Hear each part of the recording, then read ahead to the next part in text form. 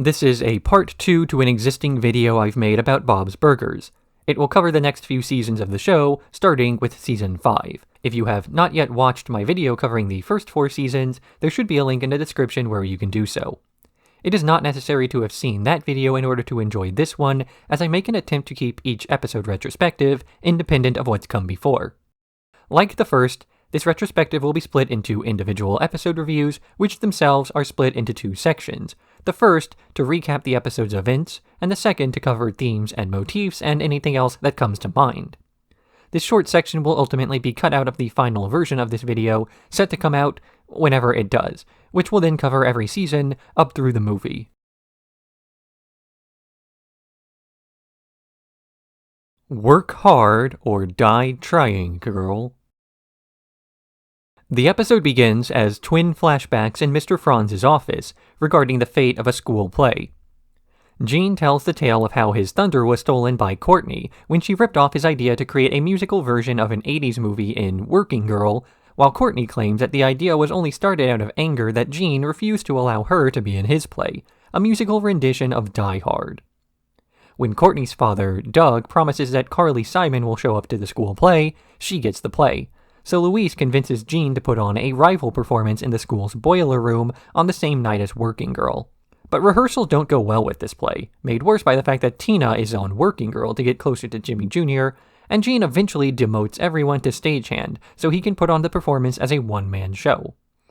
On the night of the show, Louise's support, as well as Carly Simon not showing up, convinces many people to abandon one play for the other, and soon the boiler room is packed while Courtney complains to Franz about no one being at her show.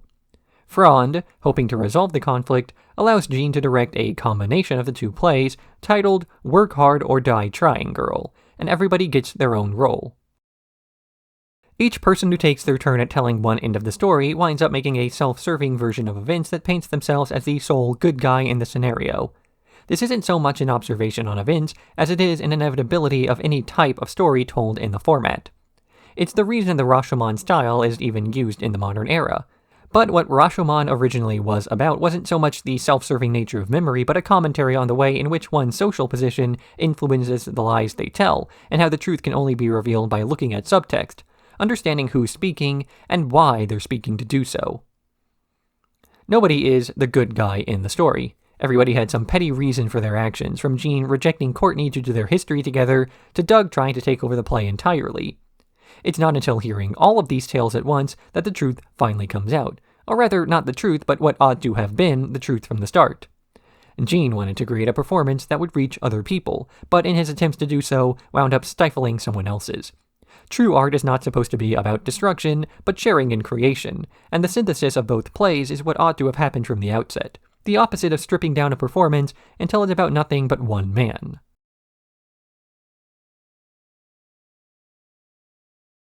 Tina and the Real Ghost.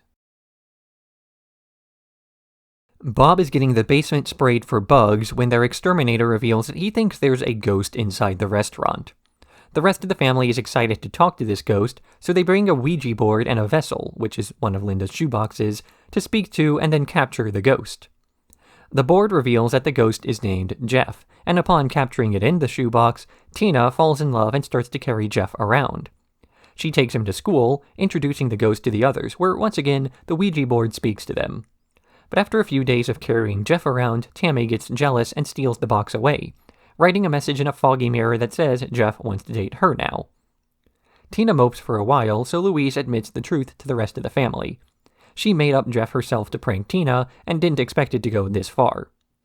When the other teens plan to go to the cemetery for Halloween, Louise plans a prank on them, releasing some of the bugs from the restaurant inside of the box.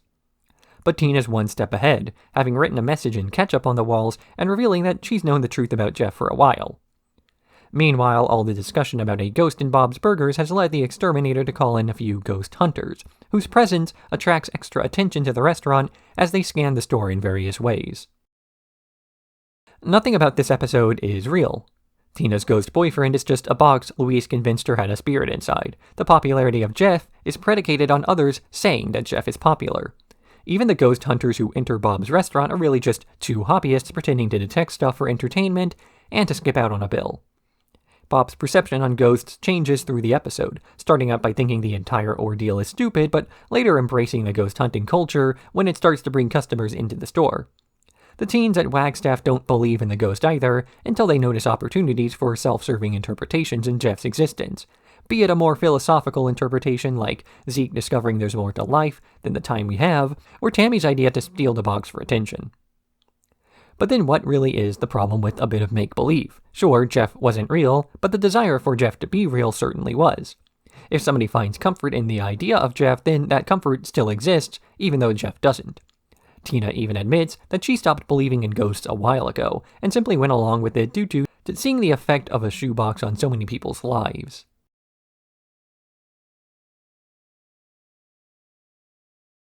Friends with burger fits.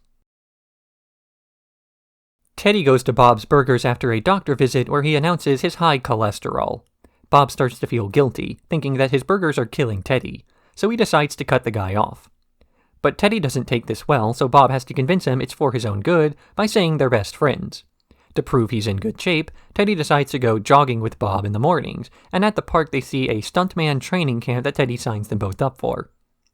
Bob is miserable at this camp and announces that he only signed up for it so he wouldn't feel guilty about killing Teddy with his food, and Teddy gets angry at the fake showing of friendship enough to go to a competing restaurant.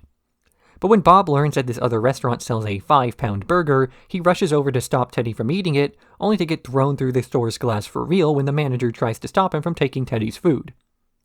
In the end, Bob relents that Teddy really is his friend after all.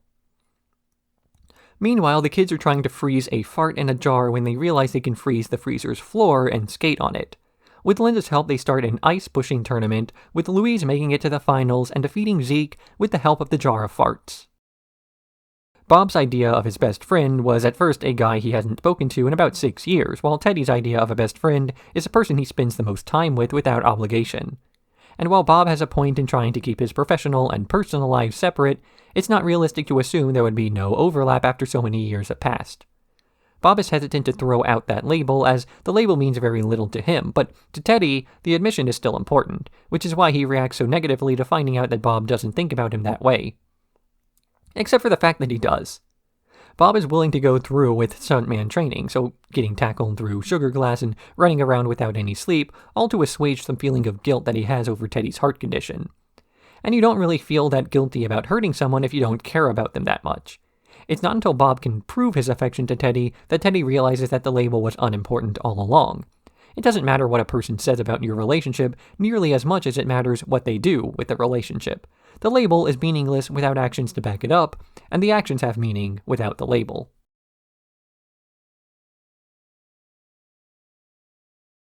Dawn of the Peck. The family goes to the wharf without Bob, who stays at home moping that no one is celebrating Thanksgiving by getting drunk. Linda participates in a turkey trot with Teddy, running in front of a pack of released turkeys while the kids go on discounted rides. But these turkeys go mad, chasing down people on the wharf and causing a panic as everyone runs away, with Mickey abandoning the kids on a whirly ride while Linda and Teddy take shelter.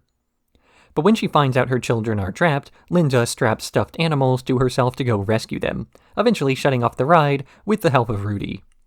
They escape the park in the Tickle-mobile and make it home, only to learn that Bob has decided to cook dinner anyway, and he's currently at the store. They rush over to save him, finding him surrounded by turkeys, where Linda finally concludes that Teddy's theory about the turkey pecking order was right, and she pecks the turkeys into submission so they can return home for a Thanksgiving dinner, though nobody is in the mood for turkey. Bob's Burgers celebrates Thanksgiving with the good old zombie story, complete with all the trappings we would expect from the genre.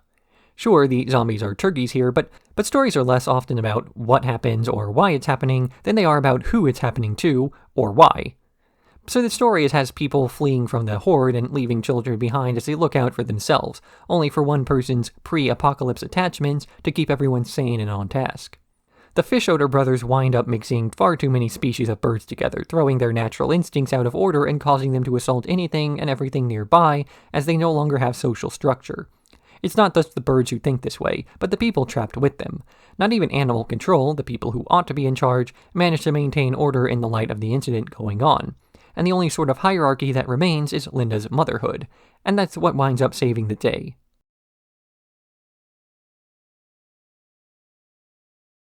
Best Burger. Bob is in a burger competition that he drunkenly signed up for and is making a black garlic burger, though this is complicated by the fact that he doesn't have any black garlic due to Jean forgetting to pack it. So Bob has the kids rush back home to pick up the garlic, only for Jean to squish it under his chest. They then have to run to a fancy grocer to pick up a new clove, even though the kids are banned from that store. They wind up stealing it and using Mickey as a getaway as he races against a rival pedicab cyclist. When they arrive back at the fair, Jean insists on being the one to take the clove to his father to prove he can avoid distractions for long enough. Back at the contest, Bob is attempting to ignore the taunts of Chuck Charles, the MC of the event, who is enamored with a celebrity chef who is also entered. As he worries about Jean not making it back on time, Linda suggests that he actually likes the fact that the black garlic is missing, because it gives him an excuse to fail. But Jean gets there on time and Bob serves his burgers, only to get second place. While trying to keep his head up on the way home, he realizes that most of the audience from before have come to his restaurant, hoping to try his black garlic burger. If you never try, then you'll never fail. At least, not to fail by the standards you've set for yourself. Half-assing a task and then failing at it doesn't feel like a failure in the same way that putting your full effort into something that you fail does. So as long as you never put in effort, you can tell yourself that you would have achieved great things if only you tried harder.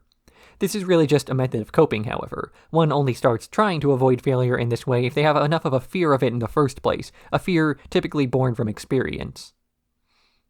And even then, success is something best measured not by potential, but from achievement. Just because somebody could do great things doesn't mean they're a great person. You're only talented if you have an expression of that talent.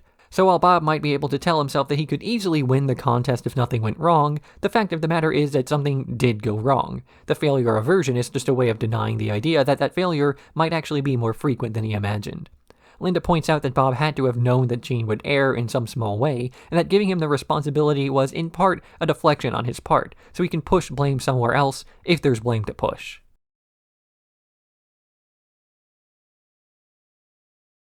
Father of the Bob. The Belcher family visits Big Bob's Diner, the restaurant Bob's father owns, but Bob insists that they only stay for 15 minutes as that's the maximum amount of time he can stand to be around the guy, due to the fact that Big Bob never supported Bob's creative menuing. But Linda is hoping to let holiday magic repair their relationship and has them work in the kitchen together well beyond Bob's 15-minute mark. Eventually, when one of Big Bob's regulars orders his usual, Bob remembers the "baby, you can chive my car" burger he never got to serve, and makes that instead, fighting his father to serve it to the man who loves it. Humbled, Big Bob leaves the restaurant to go next door. Bob's kids are busy in the basement, trying to come up with a gift for their father among all the junk stored down there, and making it into a competition. But when they wind up destroying each other's gifts, they settle on wrapping old newspaper around a snow globe, which Bob discovers is the first newspaper review of his restaurant. Realizing his father still supported him, Bob heads over to apologize and the two men make their peace, returning to the restaurant that the other Belchers have been managing. Big Bob is the type of guy who does the same thing again and again. After so many decades, he still has the same menu and the same regulars, all of whom have the same orders. Bob is the one who wanted to change things up and to experiment with new items, making a burger of the day and expanding the menu. While Big Bob is a man who appreciates consistency, Bob is wild and eager to try new things. Except Bob is absolutely not that kind of guy. Everything we've seen from him indicates that Bob prefers consistency in his life and likes to do the same thing day after day. In this way, he takes after his father in more ways than he might imagine he does, the feud between the two being over a trait of personality that's not really so different from one man to the other. So Bob's rebelliousness streak is over, but the feelings brought on by that streak are still around so thoroughly that Bob is still seriously affected by it. His children take after him as a child in how they live their lives, and Bob's never tried to stifle their curiosity that makes Tina tape a battery to a chair, or Jean take a bean bath. The kids are the same as they've always been in this family. It's the adults who are different, not in what they believe, but in what they insist that others believe.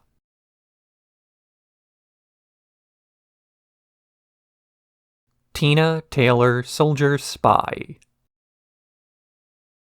Tina's old Thunder Girl troop leader, Ginny, asks her to return to Troop 119 in order to find a mole in the organization, someone who's been leaking secrets about their cookie-selling locations to their rivals, Troop 257. But while donning her old uniform, Tina lets slip to Louise that she's on a mole hunt, and the other girl becomes excited to join in, quickly trying to flush out the mole by turning the girls in the troop against one another with whispers. But Tina doesn't like this method and asks Louise to quit, which she does, only to join Troop 257 instead, to learn secrets from the inside. This culminates in Louise being brought along on a cookie lead they received, delivering to Bob's Burgers, where Tina reveals her trap. She gave a different fake lead to each member of the troop in order to accuse a girl based off where the other one arrived. In the end, Louise is able to get the mole out by tricking her into doing the secret handshake of Troop 257, saving her old troop. In the B-plot, Gretchen accidentally dyes Linda's hair blonde, and she embraces it, only to begin to believe that the blonde hair is making her dumber. At first, Tina quits the Thunder Girls due to a combination of her motives from last season as well as the fact that she's starting to feel left out due to being too old. This is something that lines up with her earlier motivations. In Tina and the Real Ghost, she's also trying and failing to reject childish things in an attempt to move on. But not all of her really wants to go through with this. When she gets an opportunity to rejoin the Thunder Girls, it's not just a chance to go back to her old troop, after all, Ginny surely would have let her rejoin at any time, but a chance to have an excuse to do something childish without guilt or shame. But this opportunity is complicated by Louise's presence in the meetings. Her younger sister is a better fit age-wise with the old group, but not so much a better fit socially. So when Louise starts to tear the group apart, this offends Tina for two reasons. It's not just her old life being demolished, but her old life being demolished by someone younger. But the idea that emotive thinking can be outdated is just an idea that exists in your head. So long as the idea still works, it doesn't really age. Linda thinks this way as well, thinking that being blonde will make her happier, but also thinking that it's making her dumber despite Bob's logical explanation. She's simply paying too much attention to her hair instead of anything else.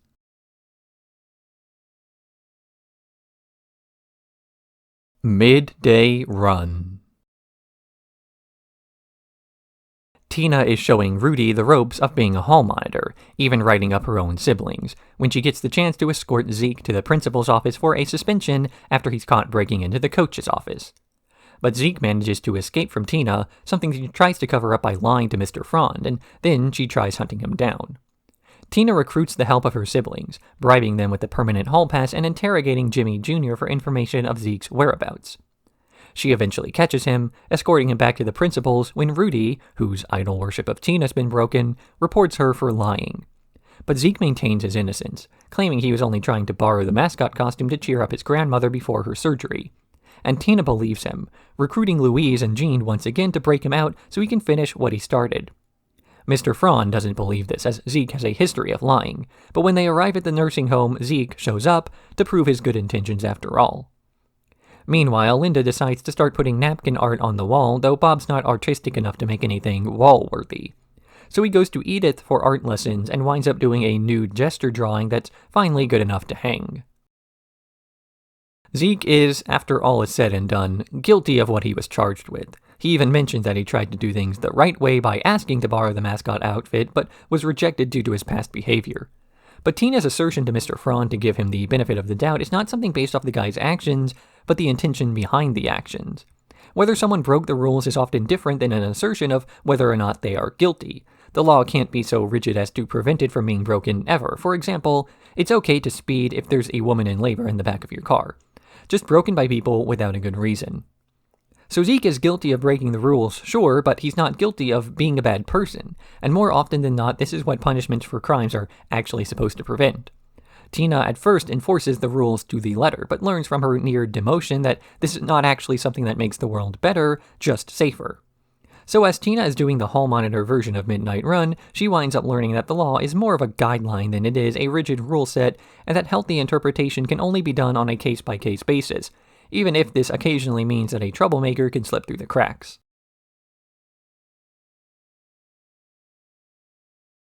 Speakeasy Rider. The Belcher kids go to a racetrack and discover go-kart racing, buying an old bumper car from Mr. Fishoeder and having Critter fix it up to a raceable state so they can beat Bryce. They argue over who should drive, with Louise winning Jean's hairy mole and getting the honor, though she's not great and keeps bumping into walls. So Jean leaves to learn how to wave flags, while Tina takes a test drive, impressing a competing team and getting the driver's spot for KIS. Tina and Louise both work their way up to the Grand Prix on King's Head Island, in spite of their constant arguing over Tina's betrayal and Louise's selfishness.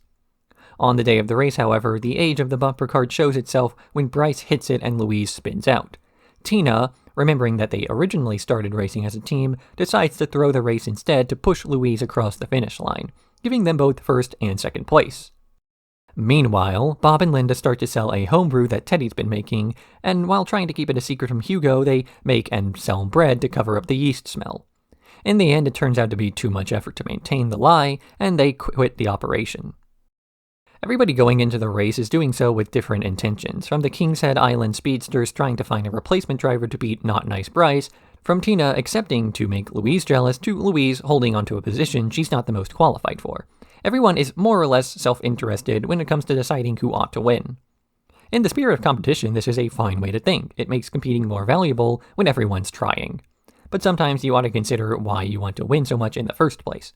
Tina ultimately concludes that a victory built on betrayal and abandonment is worse than a second-place prize that keeps everyone happy.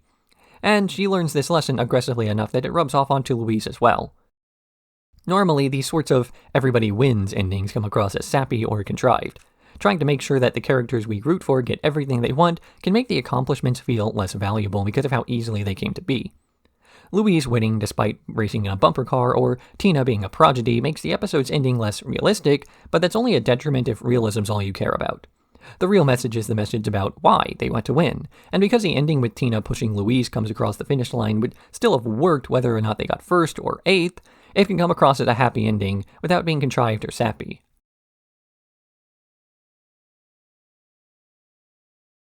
Late afternoon in the garden of Bob and Louise.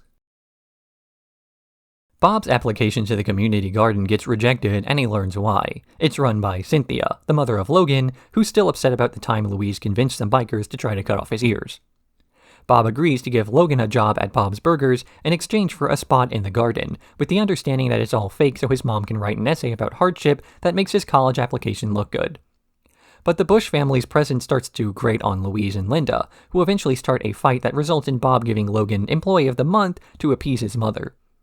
Louise, upset about Bob always siding against her, hides in the crawl space to shoot spitballs at Logan, and when Bob tries to talk her out of it, she sneaks out to destroy Bob's plants. Bob runs away to stop her, but while doing so, he calls the plants his babies. Realizing that he's valuing the garden plot more than his family, Bob and Louise pull up the plants to grow them back at the house, while Louise gets to fire Logan herself. Bob runs a restaurant for his family. His food is what provides them with their livelihoods. So to have a personal garden plot that increases the quality of their ingredients is, just as Bob says, the thing that's best for everybody. However, this is a purely pragmatic approach to raising a family. Just because his garden's making him happy doesn't mean that it really is improving the quality of their lives as a net gain. If one person has to make a great sacrifice to support the others, like Linda and Louise being forced to put up with people they hate, then you have to reconsider what the actual cost of the garden plot is. And at the end of the episode, it's clear where the priorities lay with Bob's garden. He thinks of the plants as his children while ignoring the real ones. And Louise backs this up at the end of the episode. It's not just the fact that Logan's driving her crazy that makes her so opposed to Bob's arrangement. It's the fact that Logan is driving her crazy in the family's restaurant. What was once the family's happy place is being traded away for Bob to have his own happy place. So all it takes for him to give it up is being informed that he's given away one for the other. And if something with years of nostalgia and sentiment can be traded away so quickly, then it devalues that side of the arrangement. Something Bob learns he's actually unwilling to do.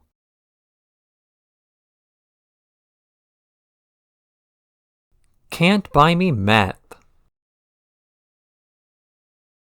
Tina is one low grade in math away from being sent to remedial classes, so she recruits Daryl's help for tutoring on the condition that she pretend to be his Valentine's Dance date to impress Rosa, another girl he has a crush on. Tina gives him advice on how to fake date her, but after all the lessons, she ends up falling for him for real. They break up, and Daryl is able to go out with Rosa, with Tina getting a date with Jimmy Jr. as well. But seeing Daryl with another girl makes her jealous enough to reveal the ruse. Realizing what she's done, Tina tries to set up Rosa and Daryl in spite of the deception, and the two wind up together after all. Because she spent so little time actually learning math, Tina winds up bumped down to the remedial class, only to wind up sitting next to Jimmy Jr. after all. Meanwhile, Linda has created a Valentine's Day advent calendar for her and Bob, though trying to act out the various things in the calendar mostly ends up backfiring.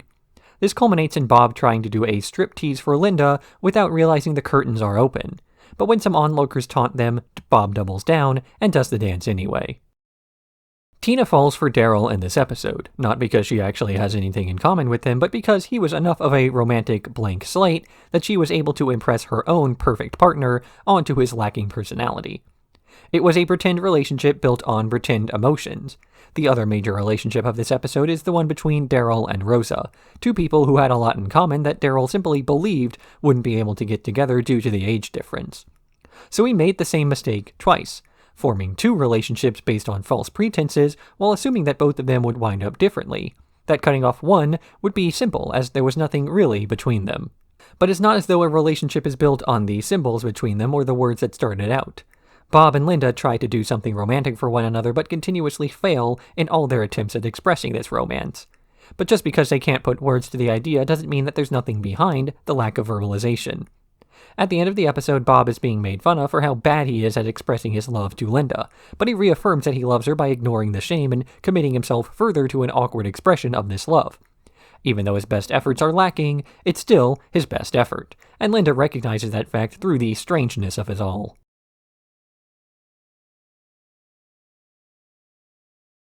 The Millie-Churian Candidate.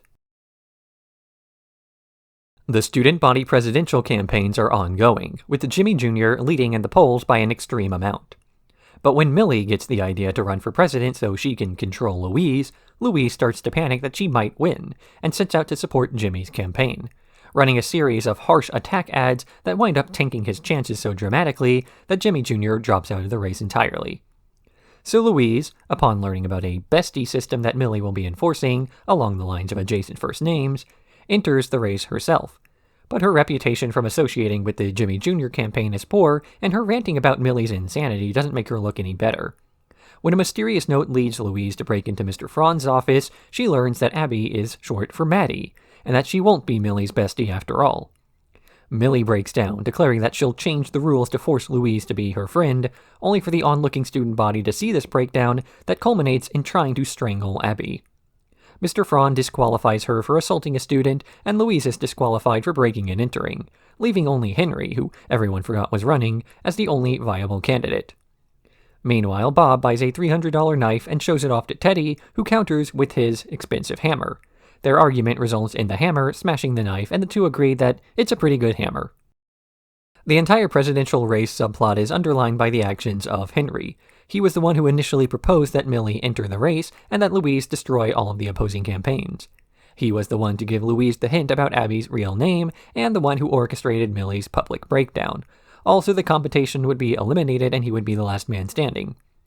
Louise even admits after the fact that he would make a very good president, not just manipulating people into acting on his will, but doing so in such a way that they believe they're acting of their own accord. A good leader should be the type who rarely gets any notice while still being able to enact their will for the good of others. Charisma is often a cover for incompetence, and in this case, the decidedly uncharismatic Henry must get by on his intellect alone. On the opposite end of this type of self-control is Louise, a character who loses her mind at the thought of Millie, and Millie, who doubles down on someone's resistance to her actions. As these two characters play off of each other, they double down. Millie becomes more and more demanding, while Louise becomes more and more obstinate to the unwanted advances. So Henry ends up winning due to the fact that, despite constantly being ignored and made fun of, he remains calm instead of demanding attention, rising to the top by waiting for everyone else to sink.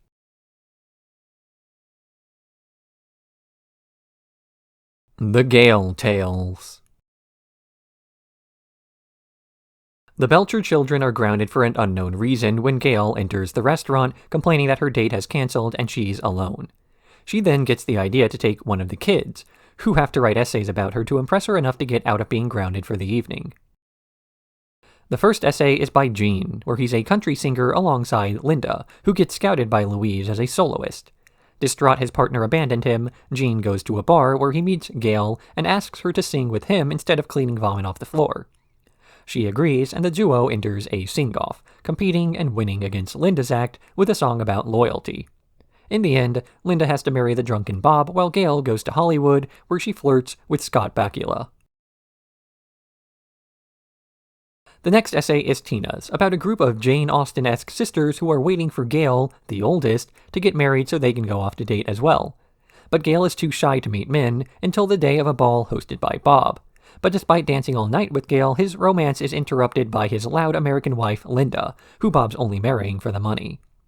Upset by being dumped, Gayle falls very ill, with no remedy able to cure her. That is, until Scott Bakula arrives to fix her with his romance. The last essay is by Louise, who borrows from Game of Thrones to tell a tale about Gayle, the queen of a kingdom backed by her cat dragons. But when an illusionist, Jean, arrives at the behest of Linda, he kidnaps the dragon cats. So Louise and Gayle set out on a quest to hunt them down, with Louise narrowly losing her attention span to the wandering teddies before winding up at Linda's castle.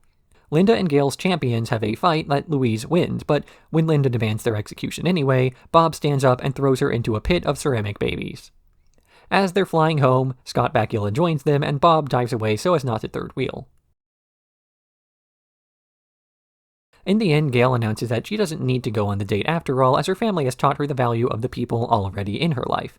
And then her date arrives and they head out together. The kids beg their mom to unground them, revealing to the audience that they were only grounded in the first place for scaring Linda into falling onto a maxi pad display and farting.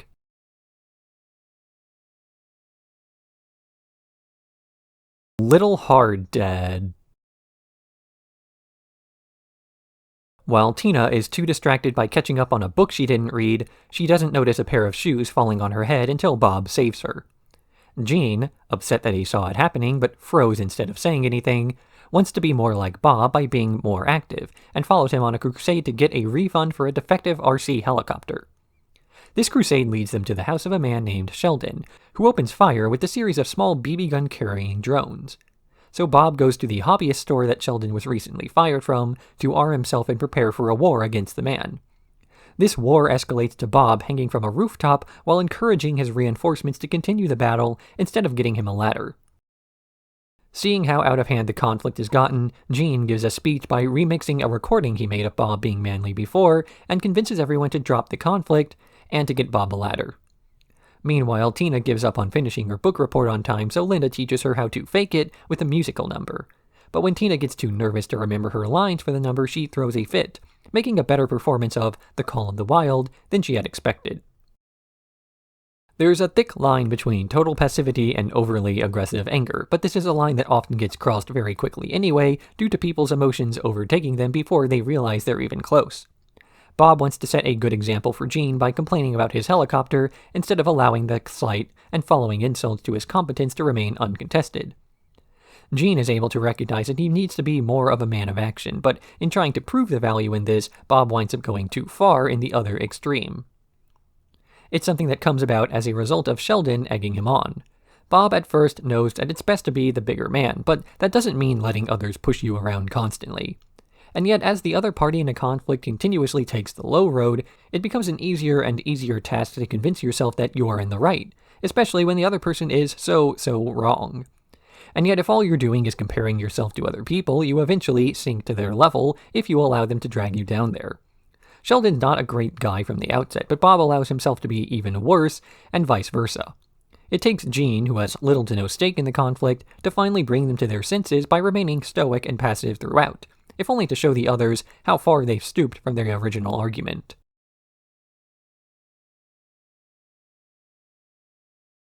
Adventures in Chinchilla-Sitting. Bob and Linda have a date night, leaving the kids in the care of Tina while Louise is watching the class chinchilla. But the kid who usually watches the pet, Wayne, stops by the house to check up on it, only for Princess Littlepiddles, or Shinobu, or Atlas, to run out the front door and get scooped up by Jonas. The kids then sneak out to track down Jonas, recruiting Tammy's help to stalk him online, where they find a party he's at. Learning that he gave the chinchilla to a girl he has a crush on, they follow this girl to the roller rink, asking around before locating the pet on the floor, having a seizure due to the strobe light. Louise dives in front of the animal while Wayne dives in front of Louise, and they rescue the pet. But once it's time to part ways, Wayne seems broken up about Shinobu choosing Louise instead of him, so she asks Bob to help her return him for the weekend. On Bob and Linda's date, They go to a trivia night, much to Linda's disappointment. But things turn for the better when Linda finds the answer sheet and the two start to cheat, until their cheating's discovered and they get thrown out. Despite being thrown out, Linda is still happy with how things went. Wayne and Tina both attempt to prove their maturity and capability in this episode, hoping to take charge of certain matters to prove their competence and thus how adult-like they can be. But both of these characters are ultimately proven wrong as they fail in their basic duties. Wayne takes care of Atlas, his name for the chinchilla, with a sort of mentality that he's attached his self-worth to. By properly raising the animal, he can prove that he is capable. If someone else takes over and does a bad job, it undoes his hard work. This is in part why he breaks down when the chinchilla chooses Louise over him. It means it was all for nothing. Louise, on the other hand, uses raising the animal as an act of rebellion. She is shown in a flashback to only care about the class pet because it was someone else's job. The fact that Wayne wanted to raise the animal only made her want it more. The more he pushed to keep it, the more she pushed back. This is a trait shared by Bob and Linda. They have a disappointing date at a trivia bar that neither person is especially interested in, until they were insulted by the man hosting the event. Being told they're bad at trivia makes them want to try harder, and barring that to cheat. More than it would have had they simply been allowed to fail in silence.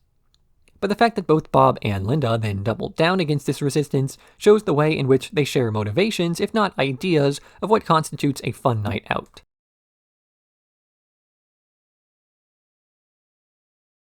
The Runway Club.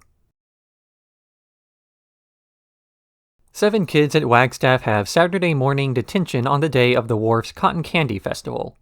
They're in detention because of a fight that broke out over Tammy and Tina wearing the same bracelet.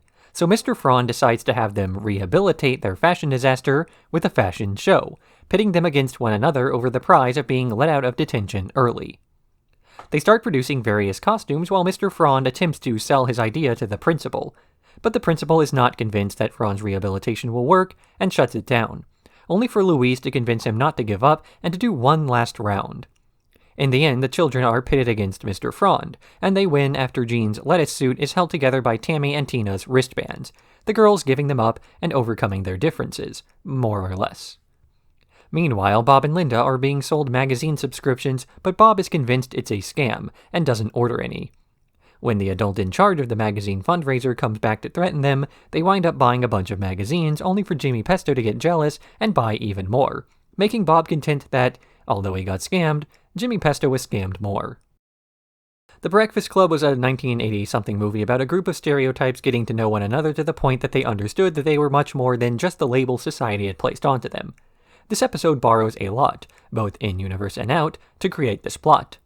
Mr. Frond intentionally tries to evoke some of the trials of the cast in that movie to have them grow closer and more rehabilitated so he can play the role of the gentle guidance counselor. And then fails at this due to a fundamental misunderstanding of why rebuking those stereotypes was so vital. He makes them do a fashion show, primarily about pandering to various teachers who are still at school after hours. And of course, fashion is one of those industries so co-opted by greed that it winds up making much more money by enforcing these stereotypes about how a personality must dress by telling people what they want to buy. And then the narrative of the episode eschews this message by having the students forcibly remove Tammy's bracelet to make their costume come across as a symbol of their newfound bonds, only for the relationship to end not by being fragmented back into their cliques, but because there's cotton candy to eat.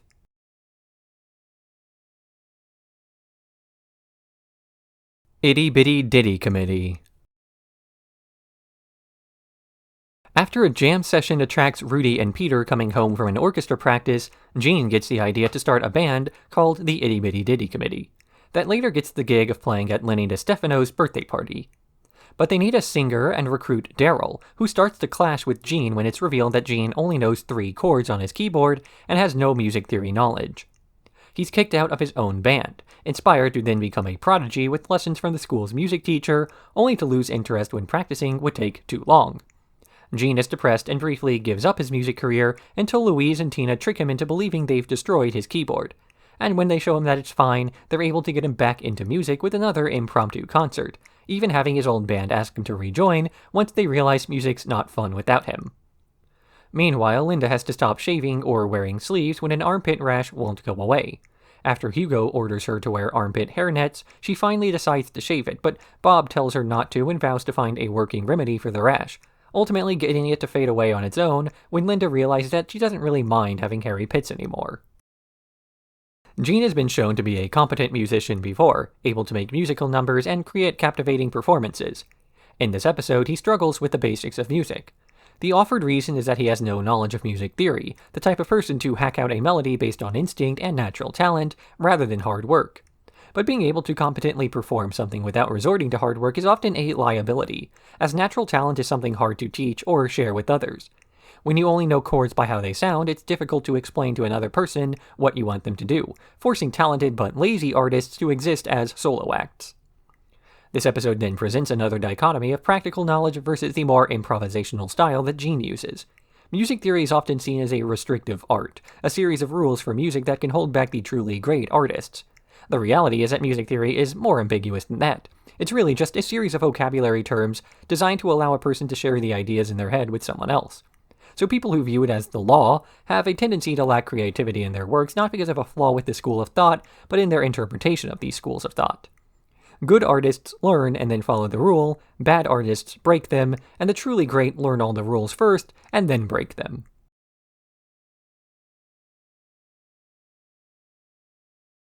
Eat, Spray, Linda. It's Linda's 40-somethingth birthday, and the family is celebrating with breakfast in bed and a planned spa day. But as Bob and the kids need extra time for the spa, they ask Linda to go out and do some grocery shopping while they're preparing. But Linda ends up getting into an argument with the cashier, and later on locks her keys in her car, as well as ripping her pants. She attempts to find a phone to use to call her family or a locksmith, but when the cashier refuses her, she simply takes a bus to the wharf. But this turns out to be the wrong wharf. Resigned to walking home, she steps in some mud and gets sprayed by a skunk twice, hitching a ride with the farm trailer as it's the only vehicle that would stop for her. Finally, she is chased through a chalk walk after scuffing one of the drawings belonging to the woman she argued with at the grocery store. Meanwhile, Bob and the kids are on a search for Linda, going to the places she normally goes with the kids, where Bob learns various fun facts about her that he didn't know.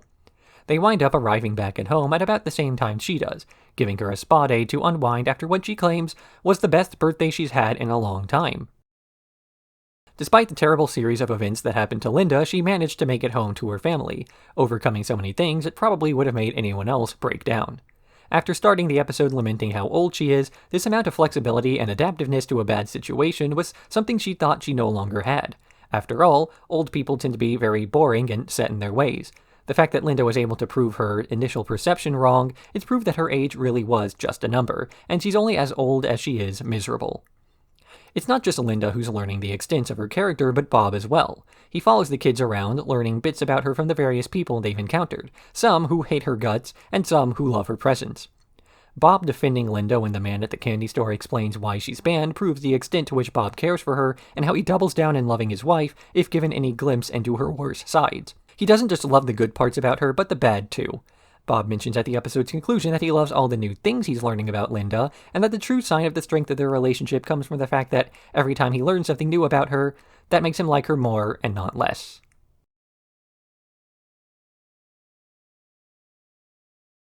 Housetrap. The Belchers volunteer to move some patio furniture for Teddy, only to instead be drawn into the nice beach house they visit, where they start to poke around. But while looking around inside the house, Linda starts to piece together bits of information about the resident, a man with a clock fortune who divorced his wife and remarried Helen before falling off the roof to his death. Linda tells the story about how she thinks the murder happened, only for Helen herself to show up at her own house, and the rain is coming down far too heavily for anyone to leave. Linda is still convinced that Helen is a murderer and tries to find more information on the woman, in spite of Teddy's insistence that she's far too nice to have done such a thing. But Bob, loopy from painkillers he's taken to deal with Linda injuring him in a murder reenactment, lets slip to Helen that Linda believes she's a killer, so Helen takes Linda to the roof where she confesses that she didn't do it. Linda is now convinced of the other woman's innocence, and Teddy confesses to her with everyone ending up happy, even Bob, who finds buried set of incriminating tools in the yard.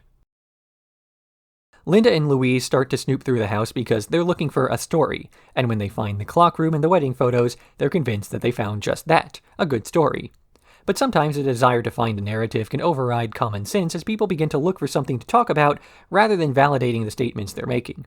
It's a case of making a conclusion and then working backwards to find evidence that supports the conclusion, When you're only looking for specific things, you tend to ignore everything else. In this case, the contradictory evidence that indicates that Helen's not a murderer.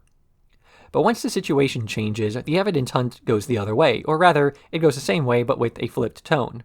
When they're looking for evidence that Helen is a killer, they're happy to find it, but when they're trapped in a house with her, the evidence she killed her husband is now worrying, giving a sort of karma for hoping they got to be next to a murder case by putting them closer to the middle. But the episode ends with the evidence supporting a different conclusion than the narrative, to no difference of matter. Helen saves Linda to convince her that she's not a murderer, though the more accurate explanation might be that she just doesn't have a reason to kill Linda, just as she has no reason to kill Teddy, being that she murdered her husband for money and Teddy's far from a rich man.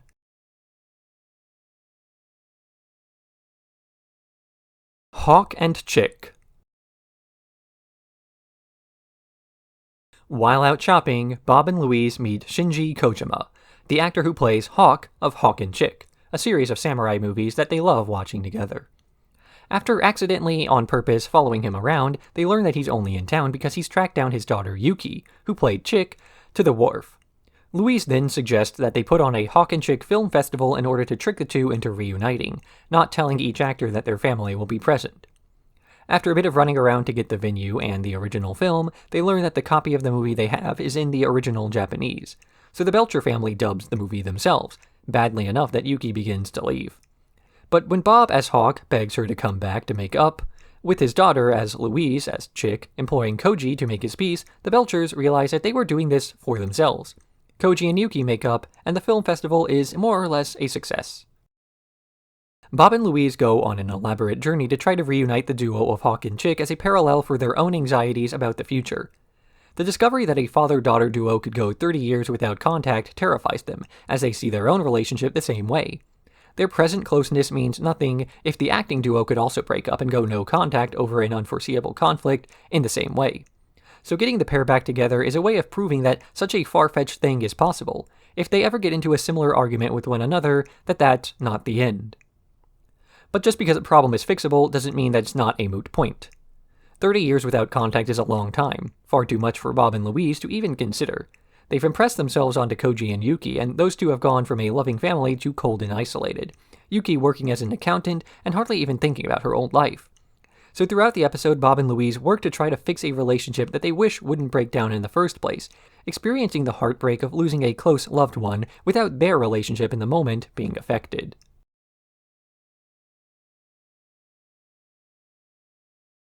The Oeder Games.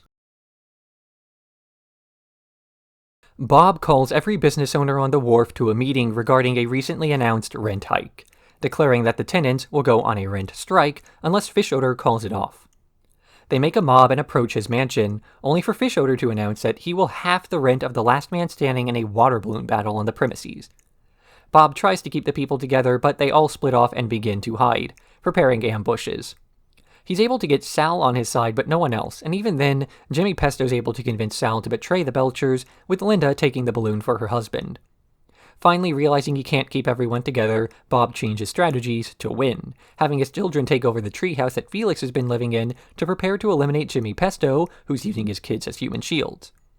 The contest comes down to Bob and Jimmy, with Bob holding the final water balloon. But when he decides not to throw it, Fish Oeder changes the rule so that anyone who soaks Bob will get $50 off their rent, with Bob covering the difference. He tries to hide for a while, but Linda convinces him to come out of hiding after he's surrounded, guilt-tripping the rest of the wharf into giving up on their greed. In the end, Fish Oeder admits that he was only raising the rent to get a pool installed, and he can delay the rent hike by a few years as everyone celebrates with a water balloon fight. Collective bargaining is often the only way to get anything out of an uneven situation. When it's one big guy versus one little guy, the big guy will win every time, i.e., Bob trying to stand up to Mr. Fish Oeder always ends with Mr. Fish Oeder getting what he wants. But if the entire wharf stands up to him, he loses power over them, as it was the residents of the wharf that gave him the power in the first place. Mr. Fish Oeder's just a man. He's not inherently better than anyone else, he just has more money. Take away that money and he loses the leverage, the very thing that he was using to get the money in the first place. So naturally, the person at the top of the social ladder will make an attempt to ensure that those at the bottom of the social ladder never try to tear him down. And what better way to do that than to offer them a shot at being in the middle? If the person on the middle thinks it's okay to kick down at the people at the bottom, then the person in the middle will also think it's okay for the person at the top to kick down at them every now and then. People will betray their own kind the second they start to view themselves as different from their own kind. The residents of the wharf stepping over each other to have a shot at being different, at being better. But the minute the little guys realize that what's good for one of them is good for all of them, they can use their numbers to an advantage. Basically, this episode wants you to join a union. Sliding Bobs. After a workout, Bob realizes that his mustache is starting to thin out, and Linda tells the story about her wedding ring from Hugo got caught in his mustache, which is how they met. The kids then speculate on what would have happened if Bob never grew out his facial hair. Jean makes up a story where Bob is taken to the doctors to treat the cut on his lip. He gets put under and wakes up in the basement of the police headquarters, a robotic mustache on his upper lip. Bob then goes around the wharf assaulting people for minor infractions before encountering Linda. The two date for a time until Bob starts to remember who he was, eventually asking about his history and learning Fischoeder's plan to drive people away from the wharf with pedantic policing until he can replace it with a massive amusement park. Bob and Fischoeder fight, but Fischoeder's eye proves too powerful for Bob's mustache, and he dies in Linda's arms. Louise then tells her own version of events, where Linda and Bob meet with Linda saying Bob would be more handsome with facial hair. So Bob goes to Teddy, who's working on a mechanical genie, to wish for more facial hair. He gets this wish and gets the girl, dating Linda for a bit before he starts to become hairier and hairier, soon becoming a fuzzy monster. The couple try and fail to mitigate Bob's hair growth and find no success. Realizing he won't fit in with society anymore, Bob abandons Linda to join Mr. Fischoeder's freak show. Tina then tries to tell a story about how the two were fated to be together, mustache or no mustache. But because Bob and Linda keep acting out of character in her tale, she changes things more and more until eventually Linda marries Hugo instead, and they have 3 kids who act nothing like the Belchers. An unsatisfied Linda tries to cope with all of this when Bob, who's now the health inspector, arrives to shut down Hugo's hot dogs for using actual wiener dogs in the food.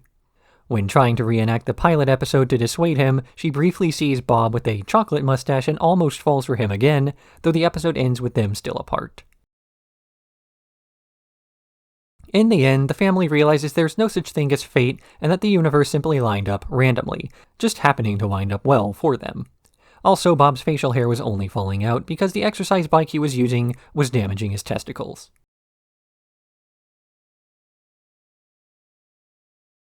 The Land Ship. The land ship parade is coming to the wharf in honor of a historical battle won by placing a boat on land to fool the British into crashing. Bob's Burgers is preparing for the extra business, but a row of porta potties are placed in front of the restaurant, driving customers away. Bob tries to call the city about this, but gets nowhere with them. Meanwhile, Wagstaff is concerned with Ghost Boy, a prolific graffiti artist who keeps drawing ghost boys all over the city. Tina discovers the identity of this artist, Jordan, and confronts him, but wanting to be more popular and less boring, she decides to date him instead of reporting him. When Jordan declares his intentions to tag the landship before the parade, Tina has second thoughts, helping him out but returning later to paint over the ghost boy. When Jordan argues with her over her removing his graffiti, the other kids learn about her nights out and decides it's cool that she at once follows and breaks the rules. During the parade, a line of people is outside Bob's Burgers waiting for the toilets when Bob gets the idea to sell burgers to the people in line, making good business in spite of the potties. After a bit of taunting by her peers, Tina starts to fear that she is boring due to being so adherent to the rules, that there's nothing interesting about a person who simply goes along with what the authority figures in her life ask her to. So she reinvents herself by dating Jordan, assisting in his graffiti and breaking rules in the process, creating a new persona for herself as well. But this is a persona that only exists in private, shared with a single person, rather than being expressed in front of the very people she was changing for in the first place. It's clear then that Tina was not trying to become a different person for her own sake, but for the sake of others, and yet doing something to fit in doesn't do all that much to dispel the idea that she's a person who simply goes along with what the other people in her life ask of her. So she winds up throwing away her old personality without having any difference in the way she's treated by those around her. Tina gains nothing by becoming an assistant to a graffiti artist outside of an altered self-perception.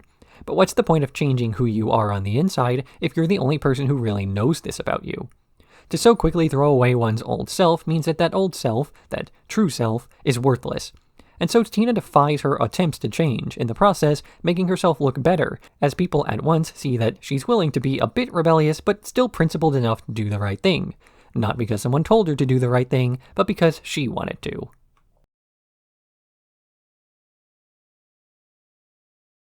The Hauntening. The Belchers have prepared for Halloween by setting up a haunted house with the intention of scaring Louise, who's never felt scared before.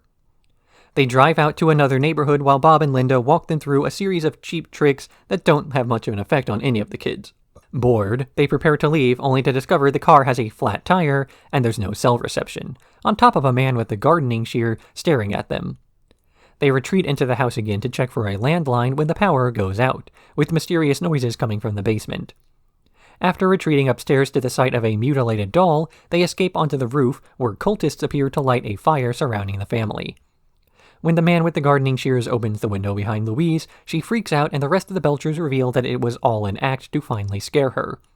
The cultists were just people from the restaurant, using Mort's mother's house as a prop. In the end, they watch the new Boys 4 Now video while singing along. Fear is generally seen as a negative emotion, and yet when Louise says she craves the feeling of genuine fear, her whole family plus a few strangers are willing to set aside a ton of effort to let her feel that. This is in part due to the fact that it's Halloween, the season where we all volunteer to be just a bit scared. But deeper than that, it's because of the fact that just because an emotion is negative doesn't mean we have to avoid it entirely. Feeling fear in small, controlled doses helps us to learn to regulate our emotions, and not just the ones we're experiencing. On top of that, these controlled emotions being expressed around those we're close to can help to teach coping mechanisms. How better to deal with anger or sadness or whatever else you don't want to feel than by going to friends or family to vent. We see that Louise follows her family when she starts to feel scared. At first, she's the one to suggest hiding in the leaves to spook her parents once she's bored, but she becomes a follower when the tables are turned. So, from all of this, Louise becomes closer to her family as they all learn that it's okay to depend on one another if things get tough. Or spooky.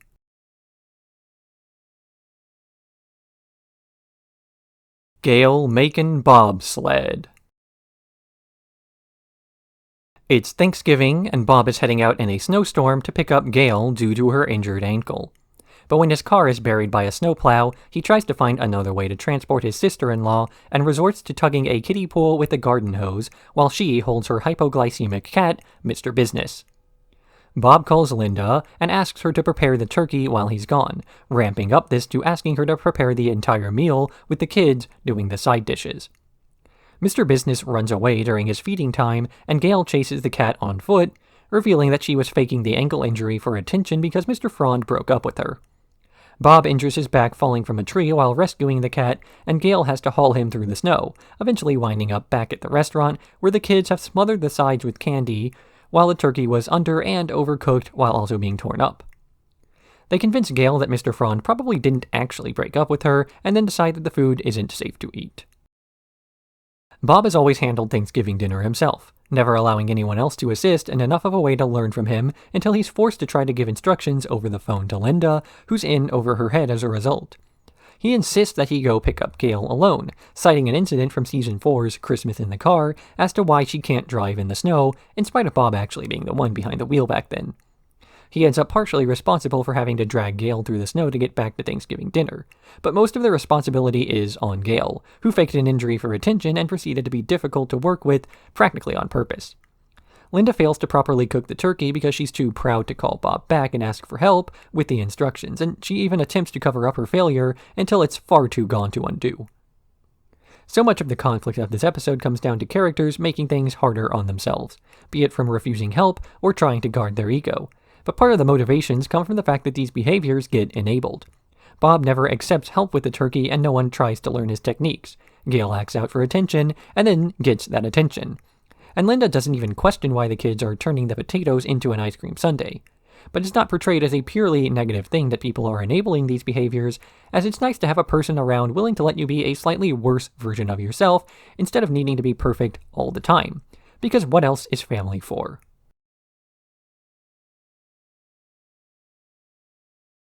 Nice-Capades.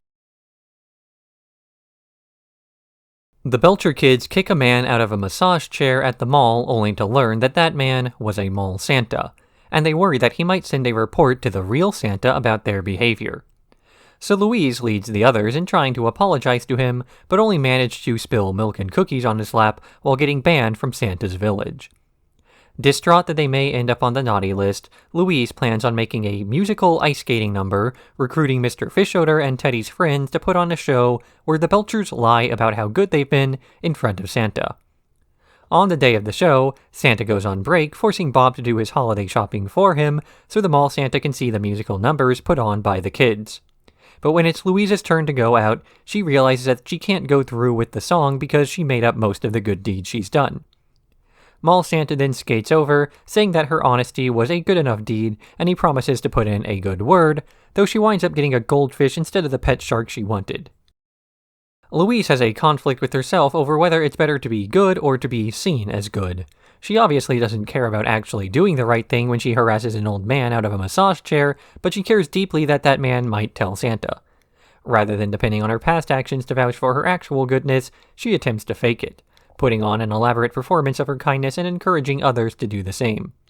But when she realizes that this performance is, performative and not genuine, she admits that she doesn't actually care about being seen as a good person if she feels guilty the whole time she's doing it. It's harder to emotionally lie about being a good person than it is to actually change yourself until you can just tell the truth. At least, it is if you really are a good person. A bad person would have no issue with telling others how great they are, gassing themselves up constantly without any guilt because they simply don't care whether or not they're making the world a better place by being part of it. So Louise ends up proving that she's a good person by the simple fact that she's concerned with whether or not she's actually a good person, as well as the fact that she feels equal guilt for lying as she does for getting others on board with the lie. Bad people are bad because they don't care that they're bad. Good people have to first care about their positive traits before they can work on them.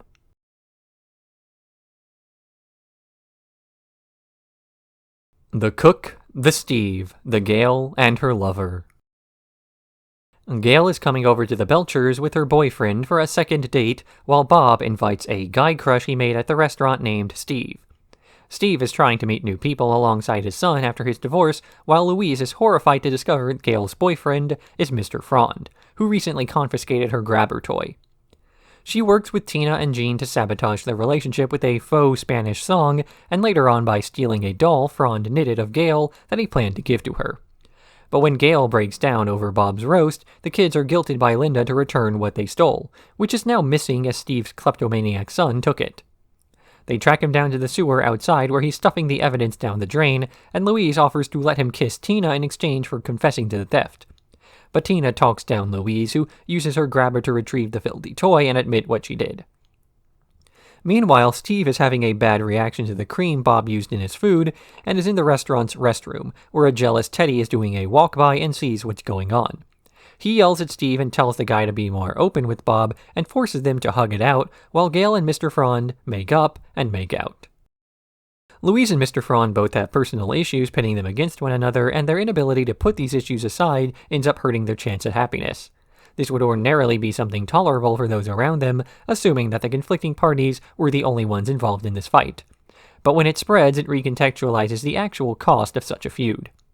Mr. Frond learns that he's dating the aunt of a student he doesn't get along with, and has to accept and tolerate her presence, not just for his own sake, but for Gayle's as well. And Louise learns that trying to avoid Mr. Frond means sabotaging the happiness of Gayle, a bystander to their personal feud. So the relationship ends up demanding an extension of their relative comfort zones. Louise cannot simply continue to fight with Mr. Frond if she cares about her family, something she doesn't quite realize when it's Gayle who's breaking up and only connects the dots on after she tries to sell out Tina as well. But often, accepting that you're going to have to leave your comfort zone is the only way to expand it, just like how Steve is a bit reserved with Bob at first, until admitting that he'll end up lonely if he doesn't try to meet new people after his divorce. Because new people are just new experiences.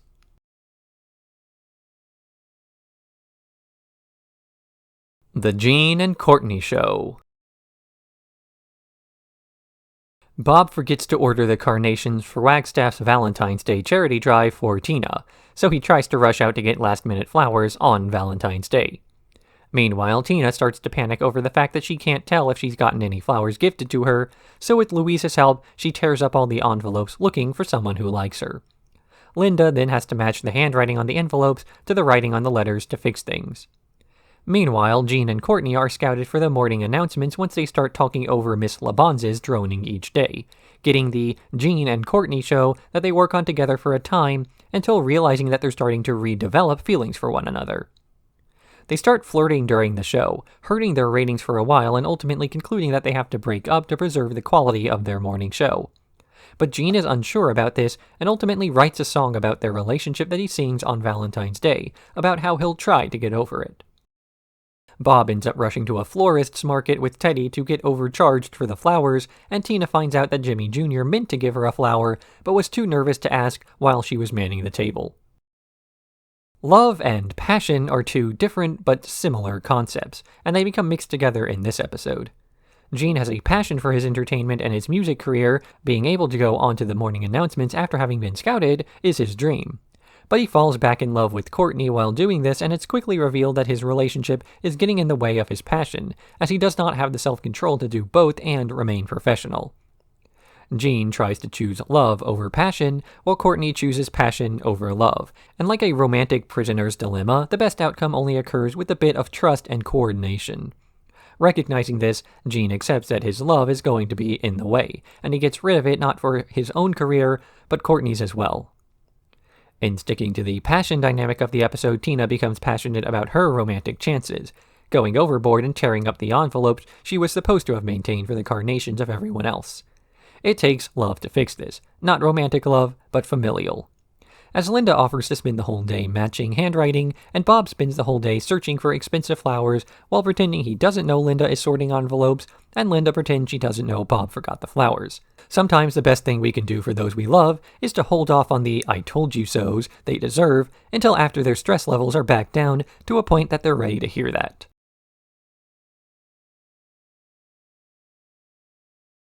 Sexy Dance Healing. Unable to come up with a burger of the day, Bob goes for a walk to find inspiration when he slips and falls on spilled oil outside of Gyro's capoeira studio. He learns that the surgery to fix his shoulder will cost more money than he has, so a lawyer advises that he sue the man for damages. But when Gyro learns he's been served, he offers to fix Bob's shoulder with massage and stretches instead of surgery.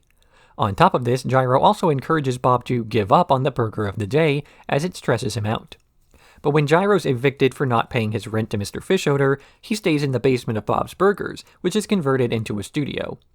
The rest of the family starts to feel concerned about Bob's changes, and so the Belcher kids takes matters into their own hands, using the fake lawsuits they've been threatening people at their school with to convince Fishoeder to give an extension to Gyro, something they get when he lets slip that his union crushing was done illegally. Later on, Linda calls in a fake burger of the day order that causes Bob to stress over what to do before making the running out of time burger in his panic.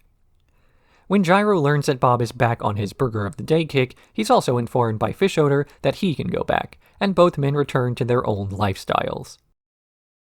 Gyro is revealed to live a life totally free from stress. Without concerning himself with money, he's able to pursue his passions and teach a class that he wants to, instead of focusing on maximizing profitability. He's in shape, he's popular, he knows an art form, and he's being evicted. Because avoiding stress means avoiding stressors, and most things that cause stress do so because they're mandatory. Paying bills can be stressful, maintaining a healthy bank account can be stressful, and so can running a business. So to avoid stress means avoiding so many of the things that keep you alive. Living stress-free is a nice ideal to strive for, but not all stress is avoidable, nor should one strive to make it so.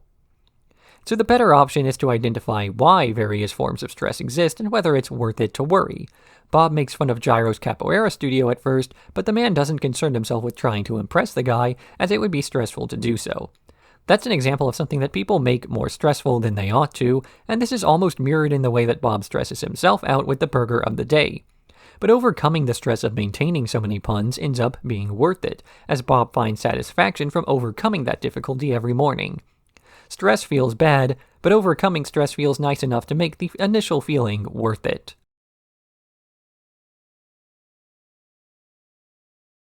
Sacred Couch. Bob and Louise try to convince Linda to replace the old family couch due to its stains and smells, but she's too attached to the couch to want to remove it.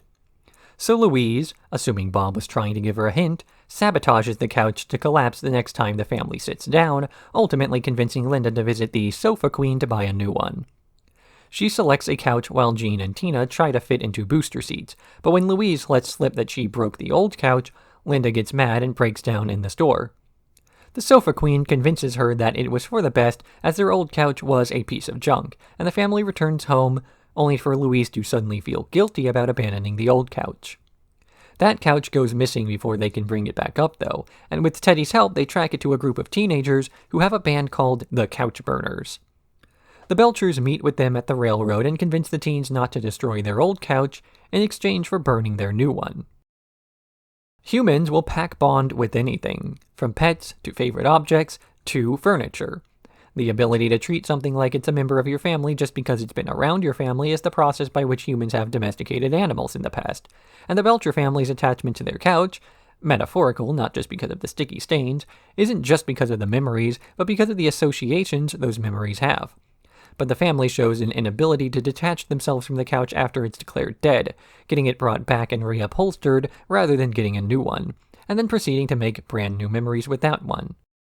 This episode marks a strong departure from the earlier seasons, where the family's financial troubles were a more pressing concern that painted so many of the plots that got involved in. Now, the Belchers can drop $500 on a couch only to let some teenagers light it on fire, also they can pay, yet again, to have the old couch reupholstered. What was once the driving force behind the demand that was being filled, that is, the idea of the Belchers as blue-collar creatives, is now an afterthought, pushed aside in favor of the plots being written. Bob is more concerned with his family's happiness with the couch than he is with the family's financial situation, much more than in earlier seasons that winds up making the family's poverty come across as a conscious choice.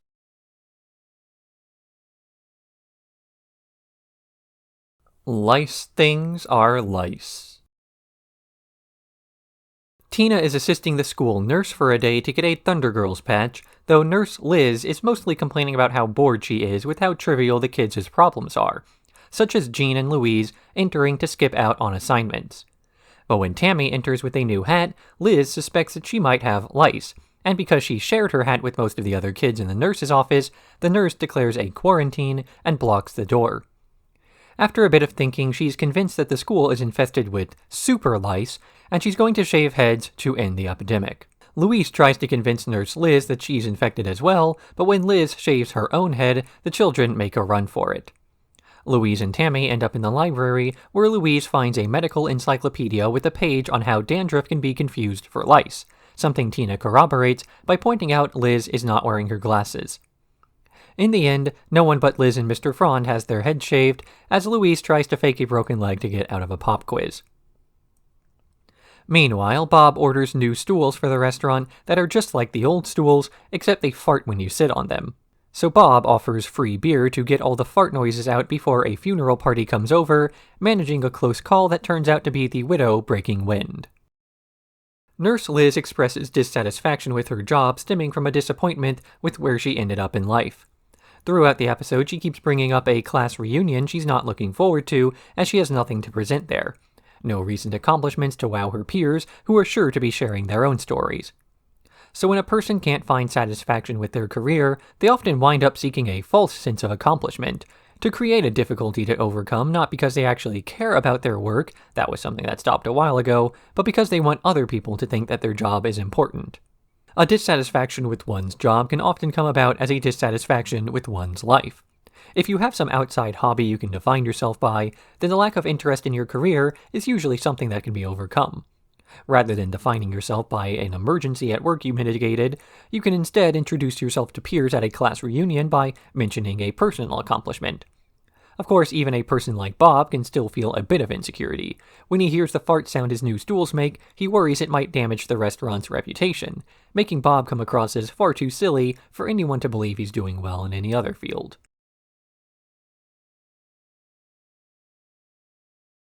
House of 1,000 Bounces. Rudy is having a birthday party at the park on the same day as a girl named Dahlia.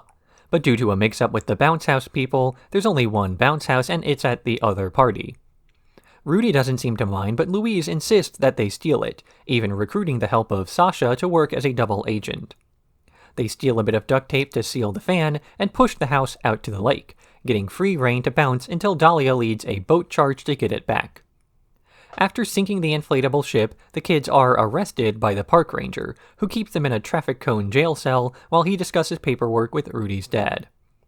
Rudy is upset that his birthday party was ruined in this way, so Louise decides to do things his way, putting on a puppet show with various office supplies.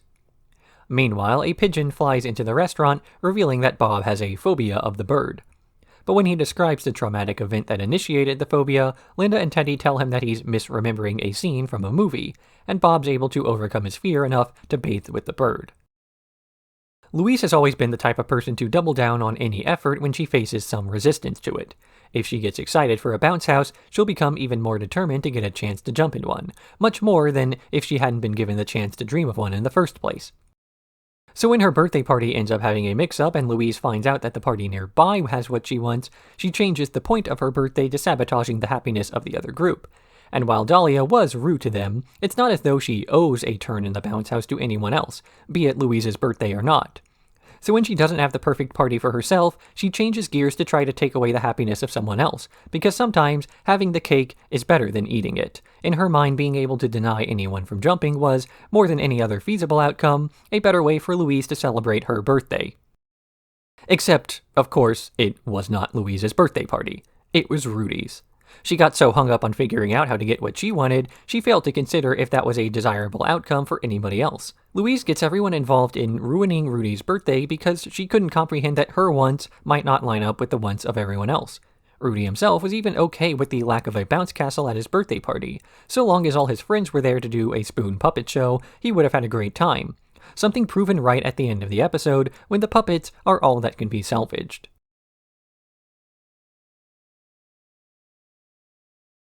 Stand by Jean.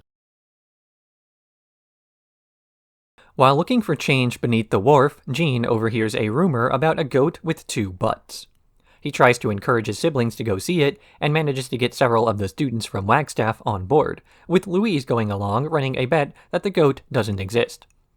Tina goes with them, believing that she will meet someone at the end of the journey, and Jimmy Jr. goes along as he's becoming jealous of the attention Zeke is giving to Jean.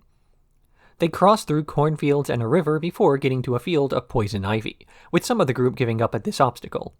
But Jean offers to carry everyone else through the field as it was his idea to see the goat in the first place, and they eventually arrive at the farm, where the farmer introduces him to his two-butted goat. Meanwhile, Bob and Linda are playing horse with balled-up napkins while Bob gets increasingly competitive, eventually bringing in backup to try to beat his wife at the game. But after planning to sabotage her last throw, he realizes he should be cheering for his wife and not against her, and he celebrates her victory in time for Louise to return to the restaurant where she has to clean up the whole thing. Jean mentions a few times through the episode that no one ever goes along with his suggestions in favor of Louise's charisma or Tina's seniority, and when he finally has the opportunity to lead a crusade across the town to see a two-butted goat, it's not just about the goat itself, it's about his ability to be a leader, and for others to believe in him as much as he believes in himself. His self-worth is tied to this mission so much that he's willing to accept poison ivy on his legs, and willing to go along with getting shocked by an electric fence, if it means finishing up.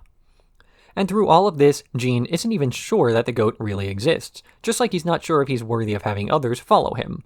But it's better to find out than it is to spend your whole life wondering what could have been, so it's important to go on the journey whether he sees the goat or not. Bob starts to fear that he's going to keep losing his made-up games to Linda through the episode and tries more and more elaborate schemes to make her lose, so much so that he stops concerning himself with a victory altogether. If Bob can't win, it's better that his opponents lose. But once he realizes that his gaming is more focused on tearing others down than supporting himself, he has the epiphany that if you can't beat Linda, then you should just marry her, something he did a long time ago.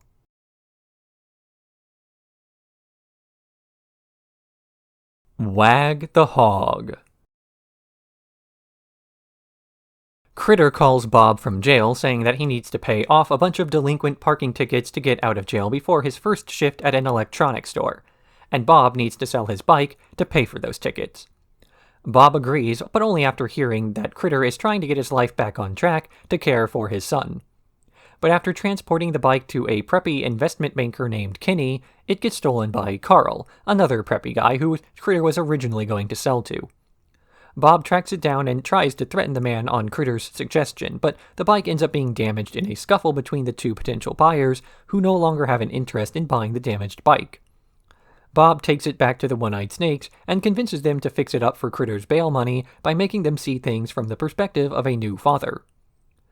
Meanwhile, Linda is taking care of Sidecar, Critter's son, and takes him to a baby play place. She gets along with the other moms for a while until Sidecar throws a tantrum before Linda can put him to bed. In the end, Critter thanks Bob and Linda for their efforts by giving them a printer. Bob spends this episode running a series of escalating errands around the city, trying to appease a criminal by selling his stolen bike. This is something that he ordinarily would never do. Bob even rejects the offer to go on this errand at the outset of the episode, but changes his mind on it when he realizes the core of what's actually being asked. It's not so much that he owes a favor to the old Critter, but that he wants to help out the new one.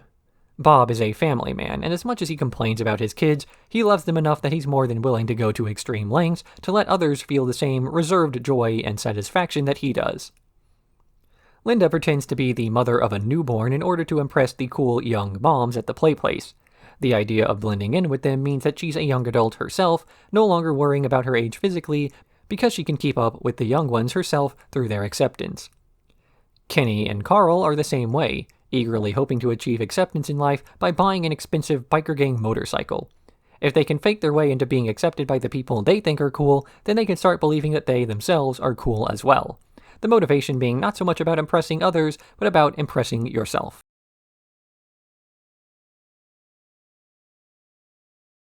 The Hormone-iums. When a student in the Hormone-iums, Wagstaff's puberty-themed choir, falls sick with mono, Mr. Frond gets permission to do a mono-themed musical number and offers Tina the position as lead soloist. She accepts this offer happily until the advertisements for the play start to be put up, labeling Tina as mononucleosis with warning that she should never be kissed. The other students start to make this association, culminating in Tina being uninvited to Jocelyn's Spin the Bottle party, as everyone thinks that kissing her will make you die. When she expresses her dissatisfaction about the harsh tone of the play to Mr. Frond, he threatens to have her kicked off the soloist position for quitting. But after a pep talk from Bob about her right to do what she wants with her lips, Tina changes the lyrics of the play to be about smart kissing instead, and she's re-invited to play Spin the Bottle. Meanwhile, while auctioning off lost and found items, Linda comes up with the idea for a wine shoe and wants to franchise it. She asks the Fischoeder brothers to fund the idea with a Cinderella-themed play, but they reject it, and Linda later learns that the idea has been done before anyway. Mr. Frond is eager to put on a play about the dangers of mono, despite knowing full well that he's exaggerating the danger for the sake of showmanship. This showmanship gets in the way of being factual, and as a result, scares the audience so thoroughly that it starts to affect and ostracize those in real life who are associated with the message. It's a bit like the media's sensationalization of AIDS in the 90s, how news networks fearmongered so thoroughly that people started to argue against any sort of treatment or prevention due to fear overpowering the logic of the situation, turning on basic decency because some TV stations wanted higher ratings. The other message of the episode comes down to bodily autonomy. Bob's conversation with Tina has undertones of this, but he even pauses mid-sentence to correct himself by restating that this is about Tina being able to do what she wants to with her lips, not to say a message she doesn't believe in, or to support a play that will hurt people while pretending to inform them. Because the worst type of information is edutainment misinformation. When someone is more interested in telling a story than being informative, they can catch people who believe they're watching the news instead of a more oblique thriller channel. When the news can't be trusted, people end up seriously hurt.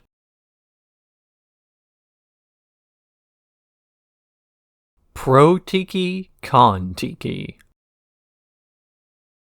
Bob's old friend, Warren Fitzgerald, visits the wharf to catch up with the Belcher family. He's always been the envy of Bob due to being more popular and more wealthy than he is. While having a burger at the restaurant, he offers Bob $100,000 to renovate the restaurant. Bob accepts this money, ecstatically making plans to fix up several things the restaurant needs, only to learn that Warren has already made a series of planned changes, mostly along the lines of adding a ton of tiki-themed gimmicks to the interior. This starts to attract new customers to the store, but Bob is upset over the idea of losing control over the restaurant and decides to give the money back to remain honest. Warren refuses to accept this money, however, and the two end up fighting until he explains why. He's jealous of Bob's family and wants to buy his way into their hearts. Eventually, Warren accepts the check and sells all the tiki stuff before saying his goodbyes. Bob spends the first half of this episode talking about the way that Warren was the guy of his old friend group, how everybody looked up to him, and the way in which Bob still looks up to him so many years later. But by the end of the episode, we learn that both men had an opposite interpretation of the past. Warren looks up to Bob because he's doing better than he is, a loving family, and a business he's in full control over. Warren tries to trade money for a close familial relationship, but finds just as much ground as Bob could have managed by trying to sell out his family for cash. It's still a bit disappointing that Bob is willing to throw away some success with the tiki theme, however. Whereas the finances of the Belcher family have always been a concern since Season 1, moments like this drive home the idea that Bob is poor by choice, something that fundamentally opposes the parts of himself that care deeply for his family. Knowing that they won't be able to afford a healthy, enriched childhood because of his obstinance to selling out gives a layer of depth to the character, sure, but one that makes each aspect of his psyche feel weaker rather than stronger.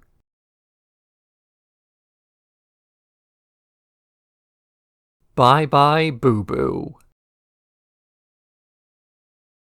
Boo Boo leaves Boys for Now to start a solo career, and the band breaks up as a result.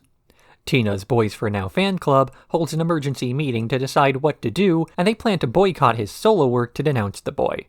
But when Louise learns that Boo Boo is hosting a competition to turn a Boys for Now fan club into a Boo Boo fan club by collecting emails, Louise and Tina get to work on making their own club to win the prize of a ride on a roller coaster with Boo Boo. But the old club president, Chrissy, discovers this plan and makes her own attempt at winning the ride, so she and her friends can overindulge on snacks and vomit on the guy. Louise ramps up her efforts, but still refuses to admit she actually cares until Tina gives her a motivational speech about not being embarrassed by things. Louise blows this off until the contest is over and she loses, running on stage to try to save Boo Boo from the spew while confessing that she actually cares about him. Meanwhile, Bob gets a plaque commemorating a bootlegger who was assassinated in his restaurant, only for Jimmy Pesto to steal the thunder by inventing a mob hit for his own. Cringe as a descriptor has done irreparable damage to modern discourse insofar as it's normalized the idea that offending someone else's sensibilities is your problem instead of the problem of the person being offended. And here, heavily internalized feelings in this way are what cause Louise to spend the whole episode in denial about the way she really feels about Boo Boo. She constantly lies to herself about her fandom of the guy, so much so that when the fan club starts to plot terrible things, she doesn't bother to speak up. This is also because of the exaggerated obsession the others have of their respective favorites, that being incapable of controlling your obsession can only hurt others and make yourself more isolated, instead of having people relate to your experience. The fan club, unlike so many others, do have reason to be ashamed, but they're not likely to know this because of the idea that a hobby being cringe can be an isolating factor on both ends. Once somebody accepts that they are cringe, then they're more likely to double down on how much they claim to enjoy something. If you're going to be unpopular anyway, you might as well go all the way with it, instead of expressing yourself to a reasonable extent. So, with cringe culture isolating fan bases from non-fans, you get a self-perpetuating behavior that, in this case, results in a group of teenage girls thinking it's a great idea to vomit on a boy because he broke up their favorite band.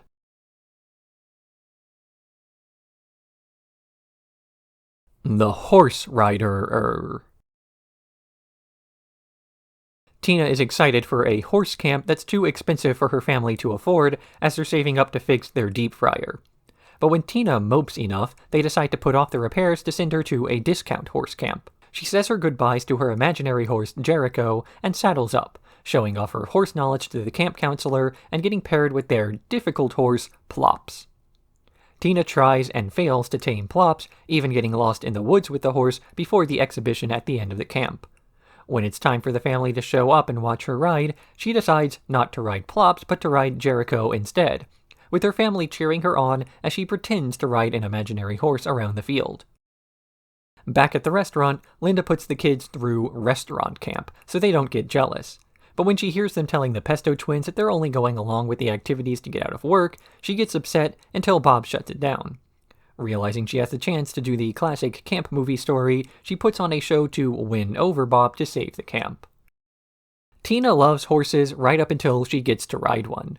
While she did receive a horse that was much more difficult than she was likely prepared for, the fact is that all the issues with that horse were things that horses do, just packaged into a single animal. What she was expecting was majestically riding across the beach with an animal she's deeply connected to, or all the other things that are promised by horse girl media. From the difference between her desired experience and the actual experience, it's clear that Tina does not actually like horses, but rather the idea of one. So at the end of the episode, Tina gets to live out her dream. Not to ride a horse, but to ride the idea of a horse, something that she was able to do from the beginning that she only gained an appreciation for after seeing the harsh reality of the situation. Something similar happens with Linda, who wants the other kids to have a fun time at a camp that she's running herself, only to instead realize that her kids liked the reality of the camp, in that it got them out of work, rather than the idea of the camp. So when they finally have to go back to work, they learn that they ought to go along with the idea if they want to fully reap the benefits of it. Secret Admiral-irer.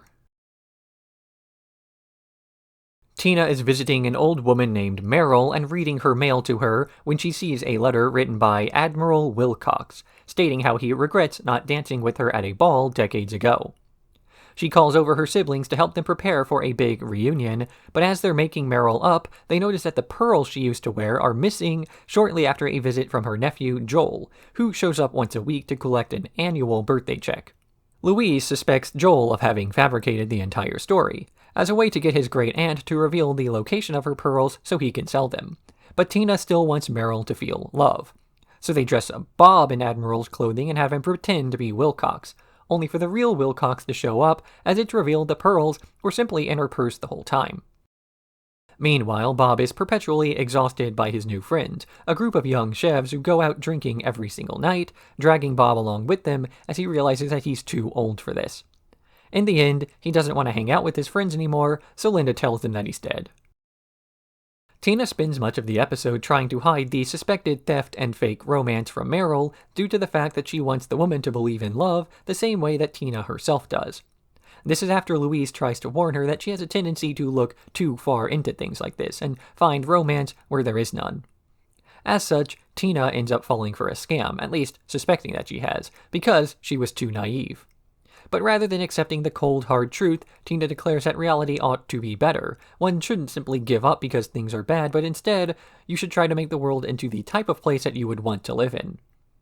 At the end of the episode, she learns that she was right all along. The love story was exactly what it seemed, and there was no deception aside from what the pessimist Louise was able to convince everyone of.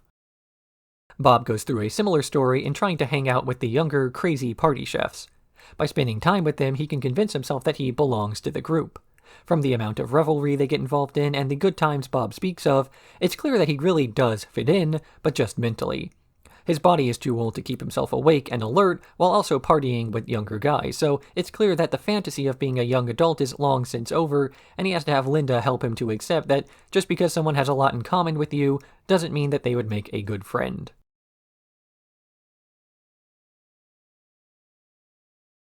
Glued, Where's My Bob?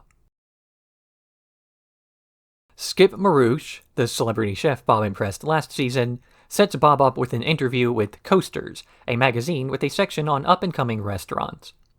Bob is prepping for this interview, only to get glued to the toilet by his children's goop prank.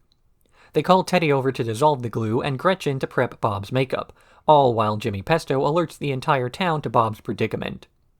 In spite of the door being broken down, Bob attempts to stay positive, while Louise attempts to deflect blame from herself. After a few more failed attempts to remove Bob from the seat, the magazine shows up and gives a half-assed interview, which causes Bob to snap at them while Louise finally apologizes and tries to turn the crowd that showed up to Bob's side. In the end, Bob is finally able to get off of the toilet, and months later, the magazine arrives with a section involving Bob being stuck to the toilet, encouraging readers to ask him in person how it happened. Bob is about to have a great day, getting scouted by a magazine and having his hard work finally pay off without having to resort to a cheap gimmick or sell out his ideals. and then Louise glues him to the toilet, making the whole situation instantly make a turn for the worse. But such a large leap in expectations for the day is a completely normal event for Bob, who's used to the idea of being disappointed in life. At the end of the episode, he rants about the fact that the interviewers didn't actually encounter him at a bad time because there's no such thing as a bad time for him. Being glued to the toilet is, in the grand scheme of things, a normal day for the Belcher family. Louise isn't used to facing consequences for her actions, and this is perhaps a part of why Bob having his day ruined is so normal of an experience. So when Louise apologizes for gluing Bob to the toilet, it's not just the glue she's apologizing for, but years and years of being herself. It's refreshing then to see how much of an outpouring of support there is for Bob when the whole town shows up to see the glue incident. People are all gazing, but rather than Bob becoming the toilet guy to his friends and neighbors, he's still Bob. Bob was right. This is a normal thing for him to go through, and as such, the people who know him the best barely have their perception of him changed for it. It's only strangers who know Bob for anything other than his food now, and even then, he's able to spin this into a positive thing, just as he's done to his friends so many times in the past. Flu-ouise. Louise is homesick with the flu, and Linda takes care of her. Louise asks for her Coochie Kopi doll, but Linda accidentally drops it in the toilet, placing it into some rice in the oven to get the water out. When the family heads to Louise's room to try to force her to take her flu meds, the process takes too long, and they realize the toy's been in the oven for far longer than they planned to leave it there, and Coochie Kopi's face is squished. Louise throws a tantrum and then falls asleep, drifting into a bizarre fever dream where her smushed Kopi leads her to a large fortress on the horizon, as the rest of her dolls, with the voices of her family, urge her not to shut herself off from the outside world. Meanwhile, Teddy tries and fails to fix the toy, so he takes Bob to a toy store to buy a new one, the two men being forced to sit through a book reading about the toy's backstory.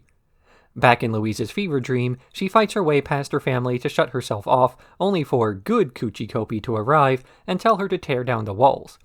She does, and then wakes up in time to forgive her family for lashing out at them. Louise has somewhat of a reputation for being annoying among viewers due to behavior similar to what she exhibits during this episode. Even the finale of the previous season had her glue Bob to the toilet and then sing a musical number about how she did nothing wrong. Many of the actions of the people in her life are done as affordances to get her out of trouble or to find ways to excuse her actions. But this is just something that comes with the territory of being the youngest child and, the fact that she's 9. But kids don't stay 9 years old forever, and it's inevitable that they grow up. And as you become more mature, it's important to realize the consequences of not only the actions you perform, but the ones that you don't. The Belcher family acknowledges that they messed up by baking Coochie Kopi and consider Louise to be in the right when she snaps at them. In the last episode, she was technically not at fault for gluing Bob to the seat, as all 3 kids were pranking each other, and she didn't know it was glue, and she didn't know Bob couldn't check the toilet before sitting, and so on. But ultimately, no one is going to remember the fact that you were technically correct, but rather they'll remember how much effort you went through to convince everybody that you were, even if it would have been so much easier for all of the people involved had you just said, "It's okay."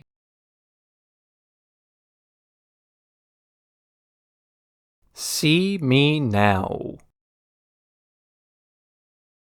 Teddy invites the Belchers onto his boat, See Me Now, for a day on the ocean. But once they're out, he reveals that his real plan is to do a slow ride by the restaurant of his ex-wife's current boyfriend to show off how well he's doing. But while attempting a ride-by again and again, he crashes into a pier twice and tries to sail away. But because he cut corners on the boat he repaired, they wind up taking on water while not having any flares or a radio. The Belchers and Teddy head to a nearby island, one formerly owned by Mr. Caffrey, only to find it's been overrun by cows. After splitting up, Linda attempts to assuage Teddy's anxieties by telling him it was a good plan, in spite of Bob trying to wake him up to reality. They make it to the mansion for safety, only for the groundskeeper to threaten them, and then give them a tour where it's revealed that Caffrey bought the island to try to win over a woman, but that he ultimately died alone. Bob and Linda compare Teddy to Mr. Caffrey, and he realizes that he shouldn't remain hung up on his ex and that moving on is the only way to move on. He destroys his boat to force himself out of his slump, forgetting that their stuff is still on board. Teddy reveals he's been working on a boat off-screen for the last few years as a revenge project to show off to his ex-wife. It's pretty common advice that the best way to get even is to live well. If someone hurts you, then having a good life will show that that person can't keep hurting you. But in a situation like Teddy's divorce, it becomes clear that most of the pain Teddy felt was self-inflicted. His ex-wife barely even recognizes him and shows little interest in reliving or revisiting her old relationship. All the conflict is now one-sided, as one character has moved on and the other hasn't. So when you try to improve your life as a form of revenge against another person, this comes with the caveat that you yourself need to move on, lest the person you're getting revenge against turns out to be yourself. Bob and Linda differ in their approach to calming down Teddy during this plot. Linda tries to keep him into his delusions, telling him that the pass-by was a good plan and that it had a chance of working, while Bob tries to force him to accept the fact that he never should have tried it in the first place. Linda is too optimistic, but Bob's idea is too pessimistic. Teddy was in a fragile emotional state, and breaking the news to him should have been done with a more careful hand, and also not while he's piloting a dingy boat out at sea with their lives at stake.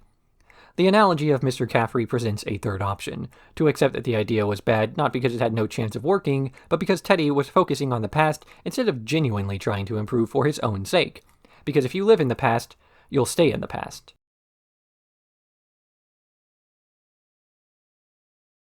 Teen a Witch. Tina is planning on entering the Wagstaff costume contest as a hot mess, only for Tammy to steal her idea. So at the last moment, she plans on being a sand witch instead, heading to the library to research witch costumes. But Mr. Ambrose tells her to research real witch spells instead, and hands her a book of them. Tina goes down the list, granting a few wishes for her siblings and herself before eventually going through the entire spellbook in a few days. But after returning it, the crossing guard grows upset with her new attitude and curses her instead. Tina starts to panic as she looks for a way to undo the curse before the costume contest, but unable to come up with anything, she simply apologizes to the crossing guard and learns that all the spells she cast could be explained by coincidence or confidence.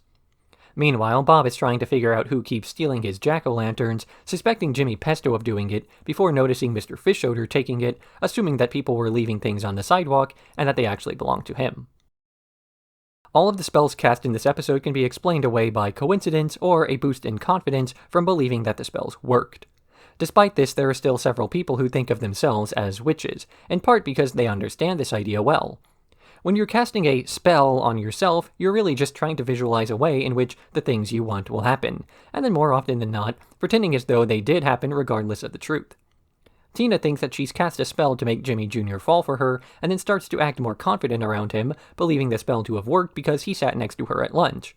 If she hadn't cast a spell, she would have viewed this seating arrangement as nothing significant, and all the other events as pure coincidence.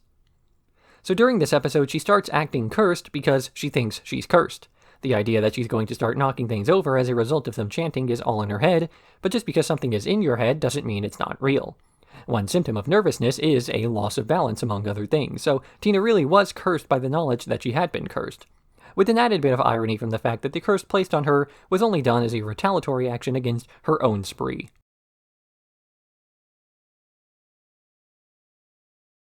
They serve horses, don't they?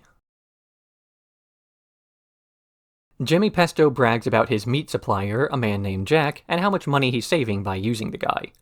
Bob and Linda decide to buy a bit of meat from him, if only to see how much they can save, though Bob's not happy with the quality of the meat and plans on not following up.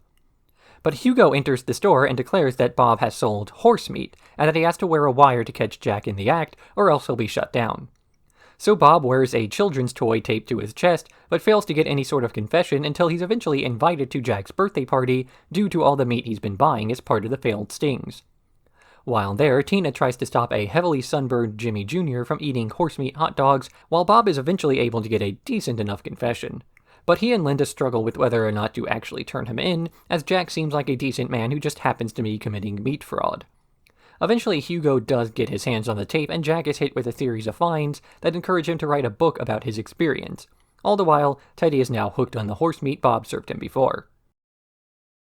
To save money on meat, Bob temporarily humors switching suppliers despite the fact that he's comfortable with his existing supplier already, and he's skeptical of the quality of the new food. Jack is a guy who is willing to cut a corner in his supply business by selling horse meat as though it were beef, for basically the same reason. The only real difference between the two men is that Bob's conscience for quality got the better of him before Jack's did. They're both family men, they both know their work well, and one guy just happened to be more pressed for money than the other. So Bob has to struggle with the idea of ruining a business of a man who he sees himself in to an extent. It's easy to see a criminal and then to associate every aspect of their personality with the one thing you know about them, but with each botched sting operation, he unlearns more and more of the stereotypes that have been assigned to the other guy before finally concluding that one bad deed does not make a person all bad. You would only think that about a person if it's all you knew about them. It isn't until Jack tries wrestling the tape away from Bob that he even is sure he's doing the right thing, as that was the first time he could be assured that he was wrong for anything but the right reasons.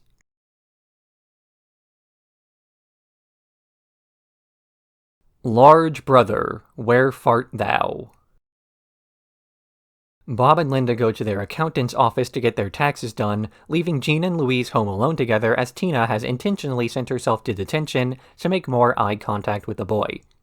While they're at the accountant, Gerald's office, he offers them cookies from a client only to later realize they were laced with marijuana, and they start panicking over being high. After Linda accidentally lets slip that the accountant's jokes aren't funny, Bob convinces Gerald to keep making them not to make the clients laugh, but for his own sake. Back at the house, Louise and Jean find a rotten melon and toss it off the balcony, only to hit Logan with it. He decides he's going to make Louise's life miserable for the rest of the day, and tricks the two into leaving the house. They're chased into Lobster Fest, where they don shrimp costumes before ultimately being cornered, where Logan threatens to give Louise a reverse Norwegian stink hold, holding her in place to smell his armpits. But when Jean sees how scared Louise is, he volunteers to take the stink hold for her, saving his sister before they return home. Jean has always been considered one of the girls, never really behaving in an especially manly way, nor caring about how he comes across. But it's not as though this is a concern that he regularly thinks about. In episodes like Little Hard Dad and this one, it's revealed that he does feel a bit like a failure of an older brother, not so much in the way that he views himself, but in the way that he's perceived by others. Jean wishes he was tougher, not because he cares whether people think he's tough, but because he cares that Louise has a tough guy to take care of her.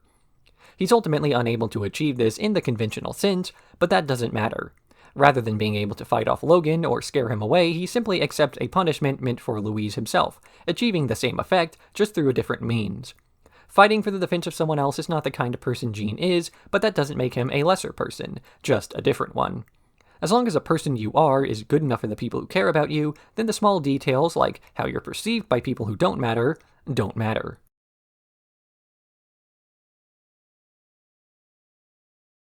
The Quick-ducers.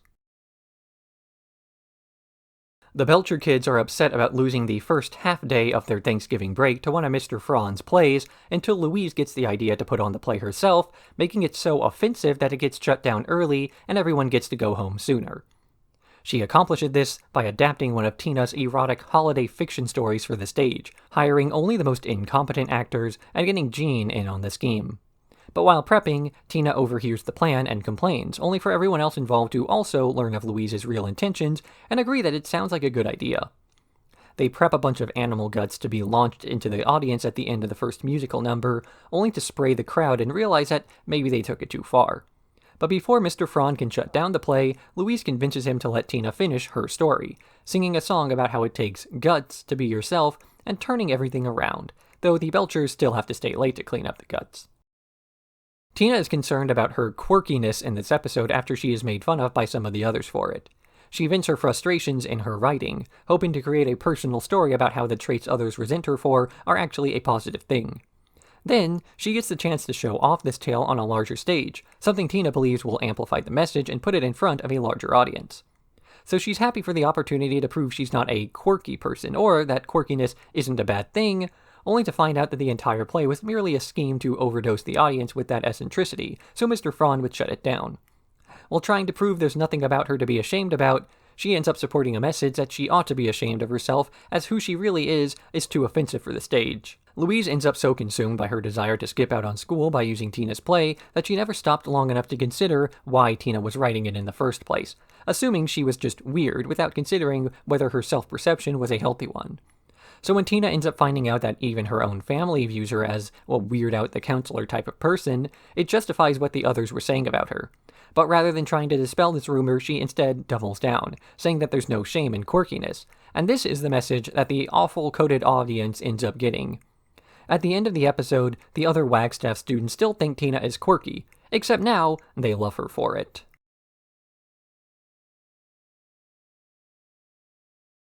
The last gingerbread house on the left. The Belcher family decides to go Christmas caroling this year, though Bob has to drop off a delivery to Mr. Fishoeder before they can go. When he arrives with the food, Fishoeder reveals the real reason Bob was invited over. He'll get a month of free rent if he intentionally loses a gingerbread house contest, as Fishoeder is tired of losing year after year. The rest of the family leaves to carol without him, listening to Teddy tell them rumors about a murder house while they have a disappointing evening out due to none of the families offering hot cocoa or cider. They eventually carol at the murder house, only to find a friendly man who offers to carol with them after they stop for drinks. Back at the contest, Bob starts to grow irate with the insults that Fishoeder is making about him and changes his mind to win the contest for real, as the reward for victory is a cuddle session with an albino polar bear that he wants to win for his kids. As the competition ramps up, the rich guys at the gingerbread house contest open fire on one another, destroying every house but destroying Bob's the least, giving him the victory.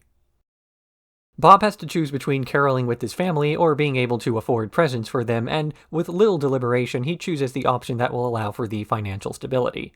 Throwing a contest he only just learned about is a small price to pay for an assurance of his family's happiness, even if he has to sacrifice a bit of the optics behind that happiness to do so. But the toxic behavior of Mr. Fishoeder, not just to him but his guests and immediate family, reminds Bob of what he's missing out on, and he changes his mind on throwing the game, using the tickets to cuddle a polar bear to remove the leverage that made him sign up to lose the contest in the first place. Because for Bob, it was a choice on what to do for his family, but for Fishoeder it wasn't. The Belcher family's financial situation is poor, and as such, Bob often has to choose between happiness and survival, the only reason he would eschew caroling with his family in the first place. But once he no longer has to choose, he goes for the option that's best for his family. If money were no object, Bob would be a great father anyway, but Fishoeder gets to live in that version of reality, where he doesn't think about money at all, and still avoids being a good guy, even though doing the right thing would come so much easier.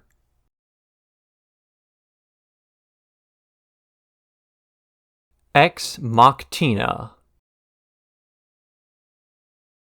Tina twists her ankle, and Mr. Frond uses this as an opportunity to test a new program to allow disabled students to control a robot from home to attend their classes.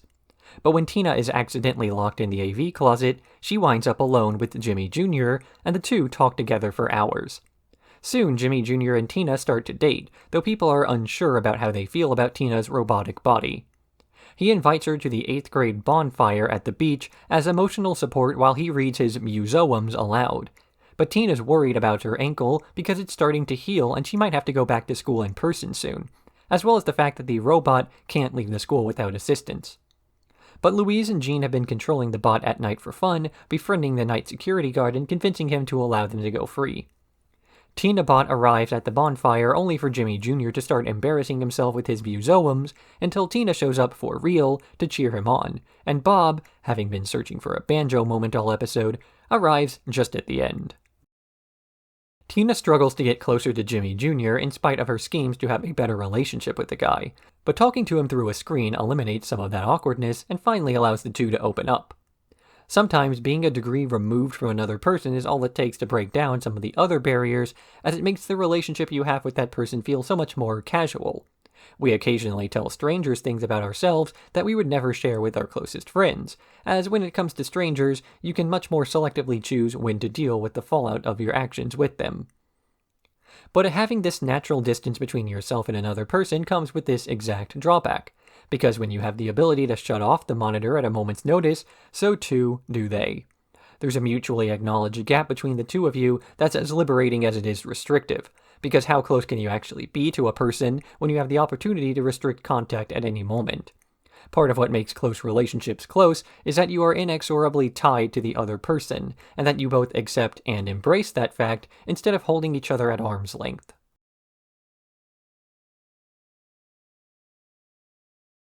Bob Actually.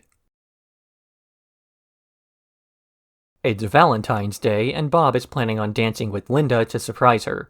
But he hasn't found the time to take any lessons, so he and Teddy go to a local gym for classes, only to take hip-hop dancing as it's all they had left. He's challenged to a dance-off by the instructor's son, who falls off a chair and hits his face, giving them the okay for proper lessons that result in a performance outside the restaurant. Linda has been comforting a friend who came to the restaurant after a breakup, only to learn that the breakup happened over a year ago and her friend's been stalking her ex by watching him through the window. When she tries to get the woman some closure, she returns to the restaurant to discover that she's very quickly moved on with the stranger. Jean sneaks into the cafeteria and discovers a substitute worker there who only speaks Italian, who's been preparing chocolate for her lover. Dean is distraught over the fact that this mysterious woman's not single, but does eventually learn to love the bitterness of dark chocolate. Tina is asked to go to the gym by Jimmy Jr., only for a surprise that turns out to be a trampoline he wants to jump on her with so they can do a mid-air sky kiss. But Tina has diarrhea from a chili eating contest and doesn't want to bounce with him. So she goes to the supply closet to produce 2 large stilts so she can still kiss Jimmy Jr. without having an accident in the process. Louise learns that regular-sized Rudy is planning on giving somebody flowers and a card, and suspects that it's her. She tries to let him down easily until she learns that the flowers are not for her, but meant to be a gift for a girl in Louise's class. Louise gives this girl Rudy's flowers, but the girl shows no interest. When Louise fails to threaten her into reciprocating Rudy's feelings, she goes to the playground after school herself to kiss him, and makes him promise not to tell anybody.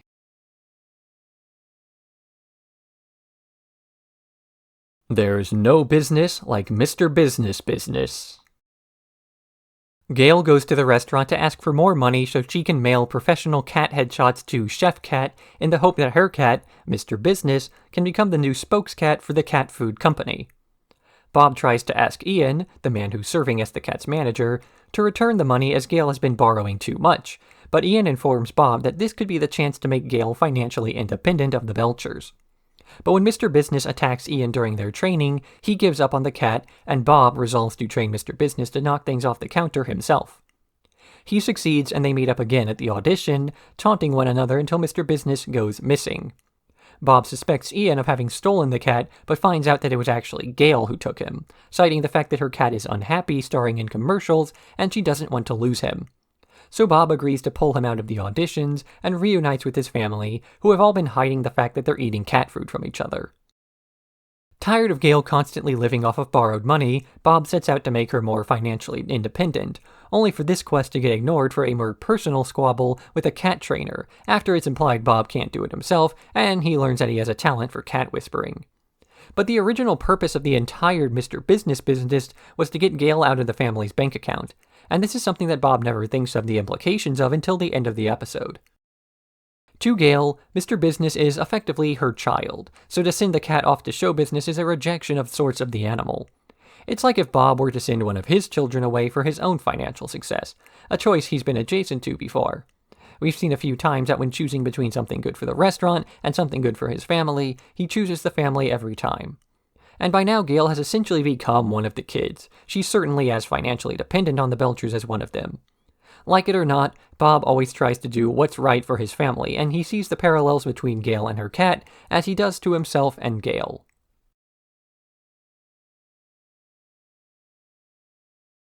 A Few Gurt Men.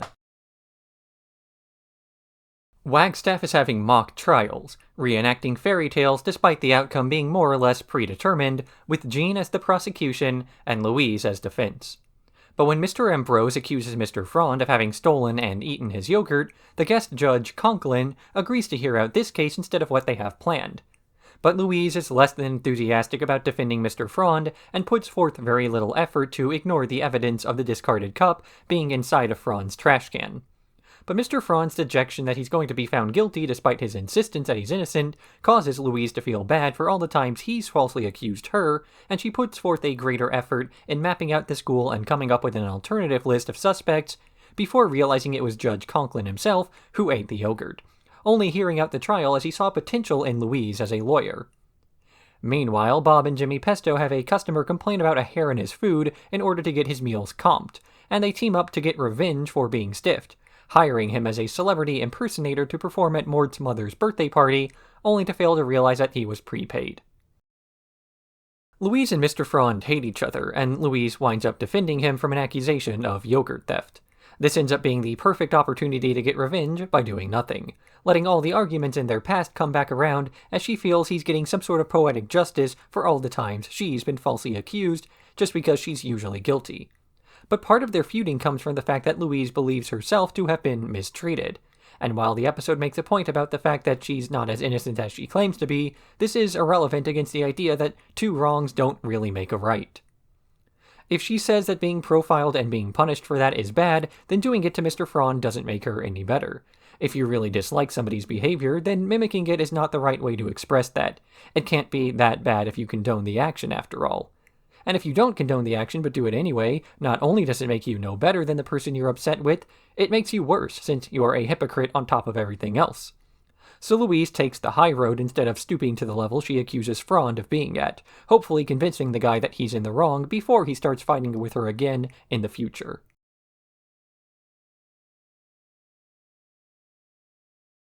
Like Jean for chocolate.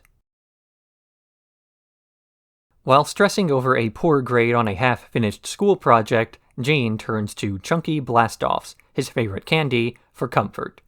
But he discovers that the formula has changed and they're not as good anymore, so he plans on complaining to get the snack changed back. Linda goes with him to a factory tour with the intention of buying discounted candies at the gift shop, while Jean sneaks off and finds Ferdy Spratt Jr., the current CEO of the company, convincing him to fight with him to change the candy. But Ferdy is lazy and barely does more than goof off, while Jean attempts to brainstorm, eventually taking it upon himself to barge into a board meeting and admonish the people there for losing their childlike sense of wonder. They agreed to change Chunky Blastoffs back, until realizing it would cost too much to change the branding and nothing changes after all. Though the CEO at least rewards Jean with a box of surplus original formula candy for his efforts. Meanwhile, Teddy is making money by diving inside the hazards at a golf course and reselling the balls he finds, convincing Bob to go along with him until they're chased out of the park by security. Jean is the type of person to start a lot of projects out of passion, but to abandon them when he meets the slightest resistance. What this means is that anytime he wants something, it either has to resolve on its own, or he doesn't get his way. So he usually just accepts the outcome of events and rolls with the punches. But after a long time of rolling out of the way, you start to feel dissatisfied with life, as it takes passion to really make it worth living.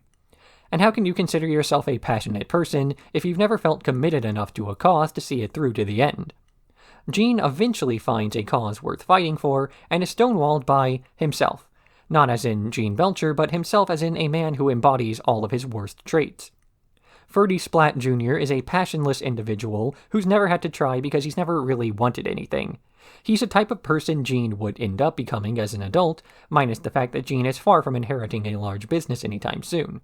And the sight of him makes Jean fearful of growing older without growing up.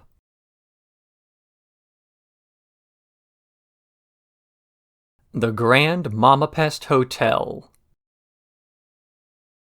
Tina is going on a heroin conference, that is, a trip to listen to Bernadette Baker, a female astronaut/karate master, and Linda is chaperoning. But after another chaperone warns Linda that teens tend to stop hanging out with their parents, Linda starts to grow concerned over Tina spending more time around her new friend Dylan than her own mother. So she abandons her chaperone duties to try to be more fun, encouraging the other girls to sneak out and pour shampoo into a fountain, something that gets her banned from the hotel. Meanwhile, Bob is alone with Jean and Louise, who learn that he's never had a bachelor party and plan on throwing him one, a party that's interrupted when Bob gets the call from Linda to come pick her up. But Linda doesn't want to give up there, and they stay at a nearby motel, with Linda returning in the morning to infiltrate a Q&A session to convince Bernadette to give Tina a pro-mom answer to her pre-selected question. But when the astronaut/karate master doesn't answer the way Linda wanted her to, she hijacks a microphone and tries to apologize to her daughter, with Tina admitting that, while she finds her mother embarrassing, it doesn't mean she doesn't still love her. In Linda's attempts to bring Tina closer to her, she winds up pushing her further away, failing to acknowledge the rule of teenagers. They do the opposite of what the authority figures in their lives want them to do. But even ignoring this fact, Linda tries to get closer to her daughter by over-involving herself in her life, trying to prevent a change in their mother-daughter dynamic by changing their mother-daughter dynamic. Because there wasn't really an issue with the way the two spent their time together. Linda merely listened to Dylan's mom as though her experiences were universal instead of personal. Obviously, it's not normal to take pictures of your kids while they're asleep to make a scrapbook of memories, and it's not as though Tina ever expressed an interest in vandalizing water features or sneaking out after curfew without a reason to. Linda's fear of losing her daughter caused her to act irrationally, assuming things would change even though she and Tina hadn't. This is an easy mistake to make considering that Tina is spending time around a new girl instead, something Linda assumes is new behavior when it's really just an expression of a desire she's always had and only just now been able to act upon.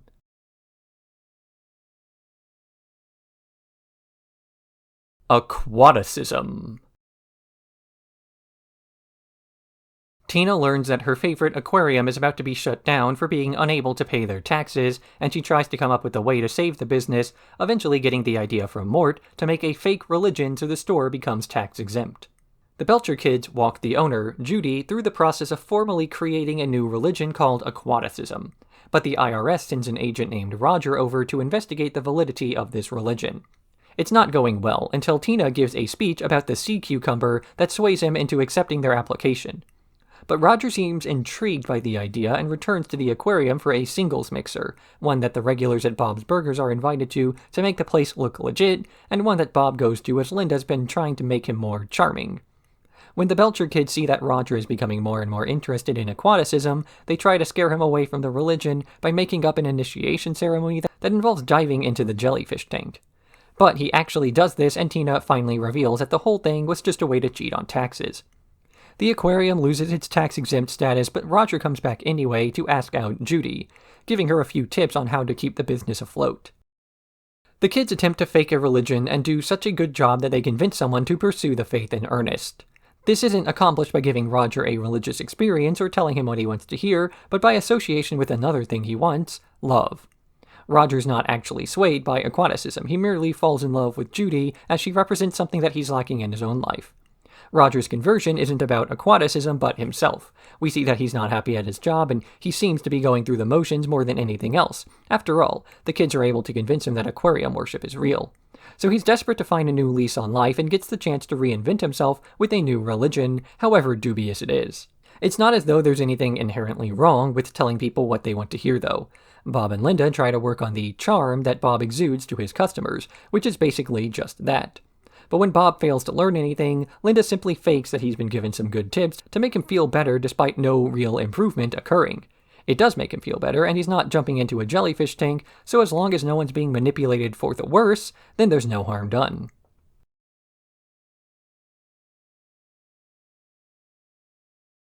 Ain't misdebatin'.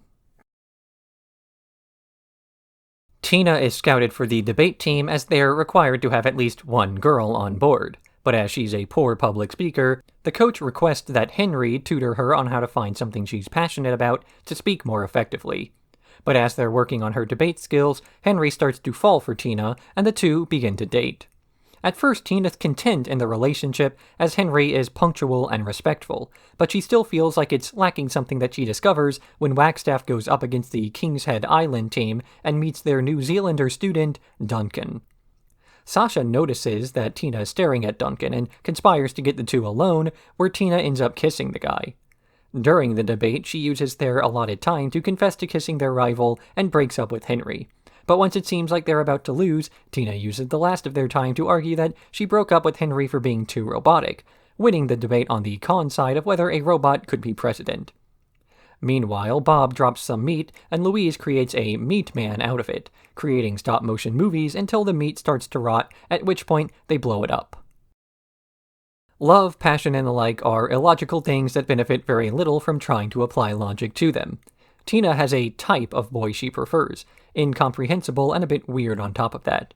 But these kinds of boy have never been especially attentive partners. Her on-again, off-again relationship with Jimmy Jr. is evidence of this, as well as how taken aback she is when Henry actually makes promises and then attempts to follow through on them.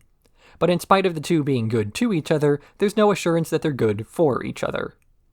And thus it's actually illogical for Tina and Henry to end up together because there's no chemistry. Henry's attempts to use debate techniques to argue that he and Tina make a good couple are manipulative at worst and ineffective at best.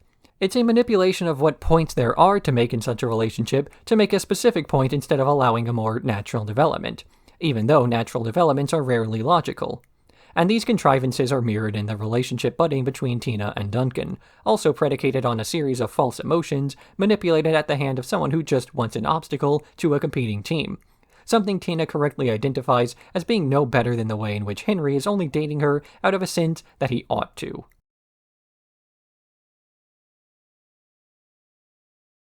Eggs for days.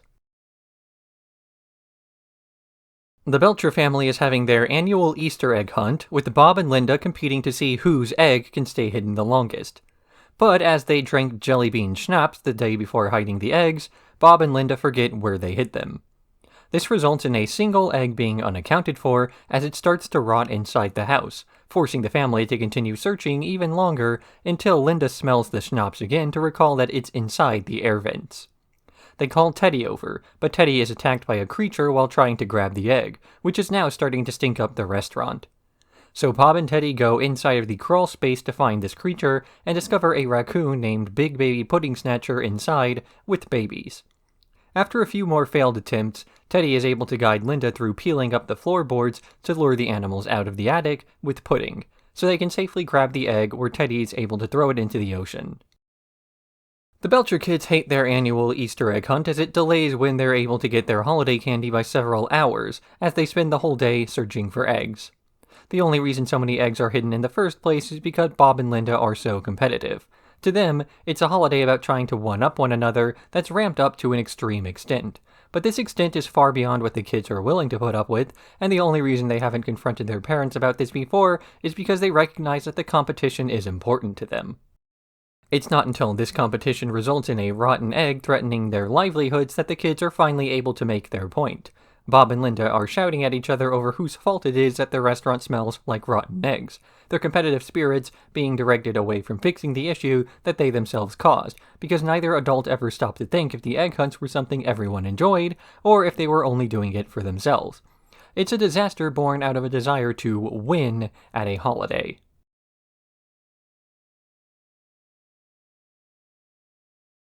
Zero LARP 30. Linda wins a contest to spend a weekend at a LARP, live-action roleplay, of her favorite period drama, Winthorpe Manor. But when they arrive, each participant is randomly assigned the role of a character, and Bob and Linda wind up as servants to the wealthy upper-floor patrons. They're upset with the poor food and working conditions they're forced to endure when Bob speaks up about the low pay and gets invited to drink and smoke with the other men. Linda puts up with more servants' business all in anticipation of a walk through the tulip gardens until she gets fired from her position for not being enthusiastic enough and she's forced to cut wigs instead of frolicking. So she declares a workers' uprising, and the other lower floor workers make a plan to steal the automobile and eat the fancy dinner at the end of the weekend themselves.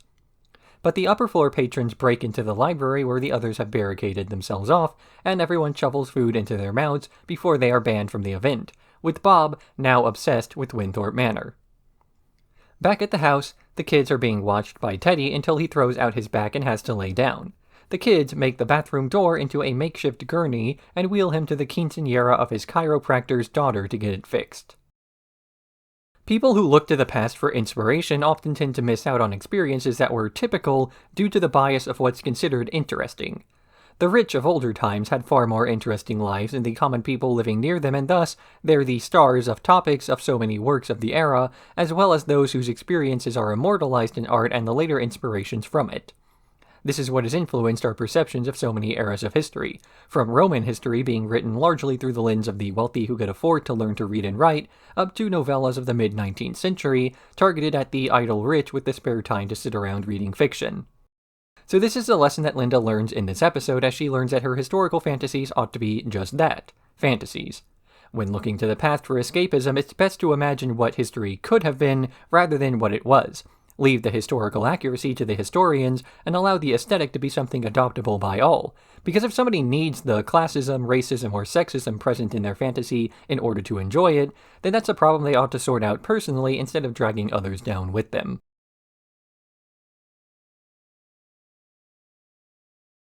The Laser Nth.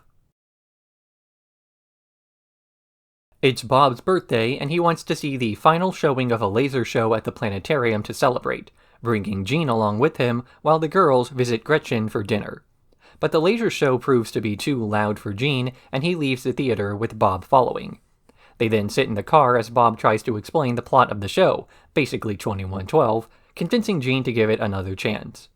But they can't get back in the normal way as the tickets are sold out, so Bob has to sneak in by getting the phone number of the man running the concession stand, with Jean using a rock-rolling technique he learned from Bob's explanation of the concert to distract the security, just in time to catch the ending of the show. Meanwhile, Linda, Tina, and Louise visit Gretchen, who is doing doll makeovers in a doll store that creeps Tina out. Louise is uninterested in any of the dolls until learning that one of them has a backstory about being a Cold War spy, and that she'll be discontinued soon and put into a shredder. So they work with Gretchen to disguise the doll as a mainline girl so they can sneak her out of the restaurant and into freedom. Both plots of this episode are about hobbies clicking for people who aren't normally interested in what they're seeing. Jean is at first terrified of the loud noises and flashing lights of the concert, as both men realize that perhaps Jean was too young to fully appreciate what was going on. Louise thinks that the dolls are lame, and Tina thinks they're scary. Once more, a story about how neither child is into the hobby the adults in their lives have dragged them into. But rather than forcing the others to sit through something they aren't having fun with, or accepting that the hobby's not for everyone, Bob and Linda both take efforts to try to introduce the things they love to their children in a more palatable way. Linda by explaining the lore behind the dolls and engaging Louise through the fascinating Cold War story and empathy for the doll being thrown away, while Jean hears the story first before experiencing it. Rather than admonishing someone else for not immediately meshing with the things we love, it's best to try to explain the appeal instead of forcing it, because when you do this, it helps to spread the fandom you enjoy so much.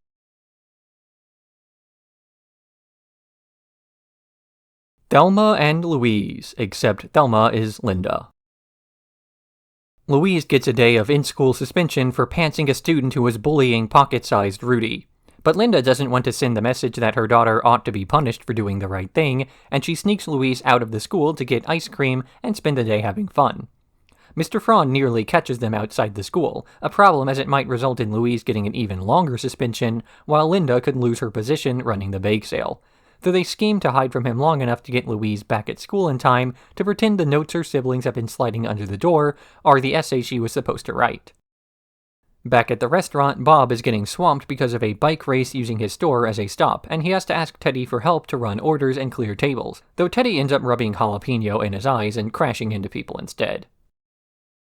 Sometimes the right thing to do is not the legal thing to do. This is referred to as the bad cop paradox. If a law is unjust, then it's a bad cop who enforces the law, but it's also a bad cop who ignores his responsibilities. The no-tolerance policy of the school winds up serving as a way to enforce the bystander effect, making sure nobody stands up to a student who's acting out, while punishing the victims just as much as the perpetrators.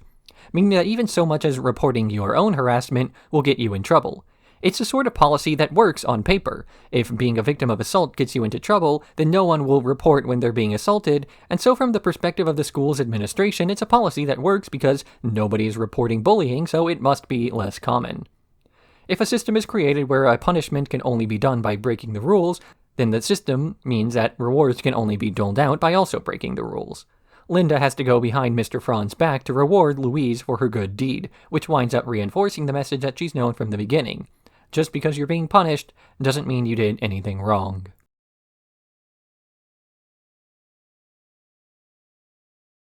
Mom, Lies, and Videotapes.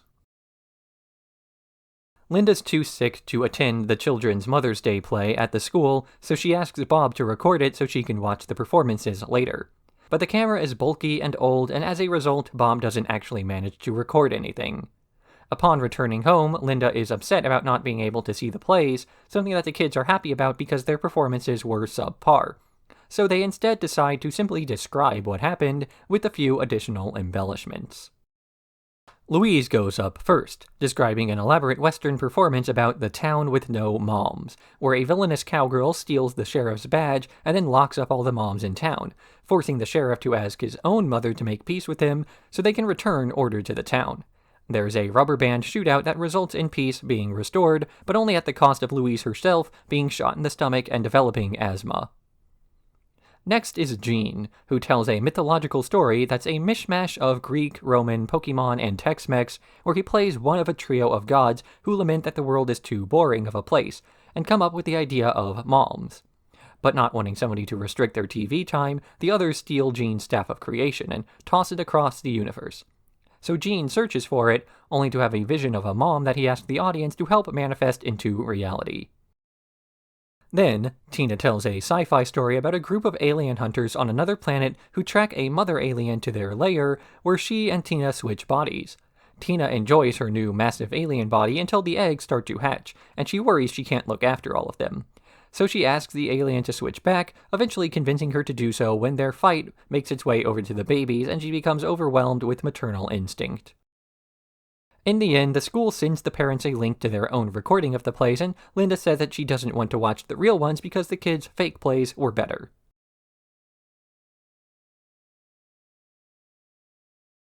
Paraders of the Lost Float. Teddy tells the family about the Bog to Beach parade that includes a contest for the best parade float, with the top 5 places each getting $500. As there are only 4 participants, Bob gets the idea to enter with a hastily cobbled together float that guarantees them prize money, at least until Jimmy Pesto finds out about the contest and makes his own cobbled together float. As they're parading, Jimmy Pesto gets the idea to pass Bob's float so he can bribe the judges with pizza before Bob gets there. So Bob retaliates by taking what he thinks is a shortcut, only to wind up in a funeral procession before ultimately hitting a dead end right before reconnecting with the parade route. The rest of the family gives up on trying to win the parade, and they simply join the rest of the parade goers in dancing alongside the others. Bob, realizing he's not enjoying anything, decides to strip off his pickle costume and blast disco music, which gets the attention of the rest of the paraders, and they push the float across the finish line just in time to take 5th place from Jimmy Pesto. The Belchers have to talk Bob into riding a parade float, ultimately failing in their arguments about how it would be fun to do, and instead depending on the argument that they can win money for showing up. Bob then starts to command the float in such a way as to win a race against Jimmy Pesto, something that wouldn't have had to happen if he had taken the float seriously in the first place, or alternatively, that wouldn't have had to happen if he didn't. Bob is willing to put more effort into not having fun than he is to relaxing and letting fun happen to him. But this is also something motivated by his competitiveness with Jimmy Pesto. Both men are trying to win at a parade, specifically a parade full of people like Gretchen and Marshmallow who are just having a good time, instead of the intended experience. Bob wants the money because he wants to support his family, or at least he tells himself as such. But sometimes doing the right thing for your family means listening to them, instead of assuming what it is they want. From the beginning, the Belchers are excited about the parade, not the prize money, and when Bob finally accepts this, he's able to let loose and have fun with it, with even Jimmy Pesto's kids abandoning him to do what's more enjoyable.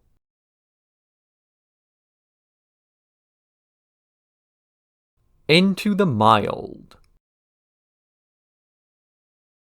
Bob hears about a clearance sale at an outdoors equipment store and leaves early to go there and shop around. But when an eager employee named Austin starts to follow him, he takes shelter in a tent where he falls asleep. Bob wakes up in an empty store with all the security cameras disabled and the doors locked, alongside Austin, who has been sleeping inside the store to avoid paying rent before a trip. The movers will arrive in a week, but Bob doesn't want to spend 6 more days inside the store, so he makes a plan to climb out of the building. But when Austin goes first and his knot breaks, he admits that he doesn't really know what he's doing, and Bob has to use the rock climbing wall to escape instead, slowly making his way up the side of the building before shattering the glass ceiling and calling for help. Meanwhile, Gayle is visiting the restaurant to preview her autobiographical one-woman show to the Belchers.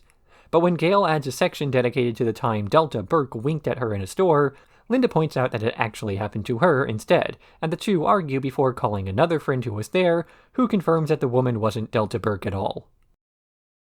This may be looking too far into things, but Bob claiming to want to be an outdoorsman despite having little to no experience may be reflected in the way in which he's trapped inside later in the episode, a metaphor for him being trapped in his urban lifestyle that allows for very little opportunity to explore his desire to be more openly manly.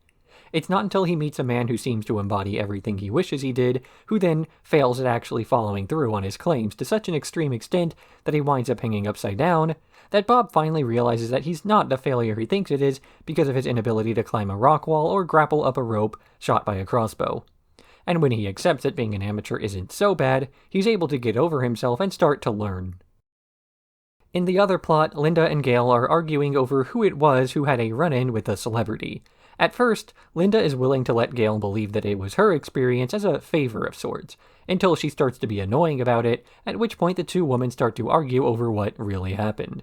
It's not until they learn that they were both wrong that Linda and Gayle are able to start accepting the other as having been finger-gunned at, once the experience is confirmed to be worthless after all.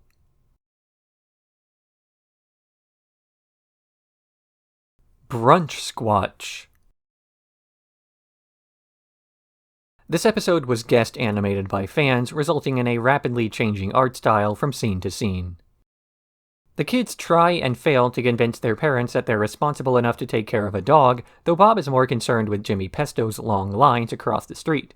He's serving brunch, and business is booming.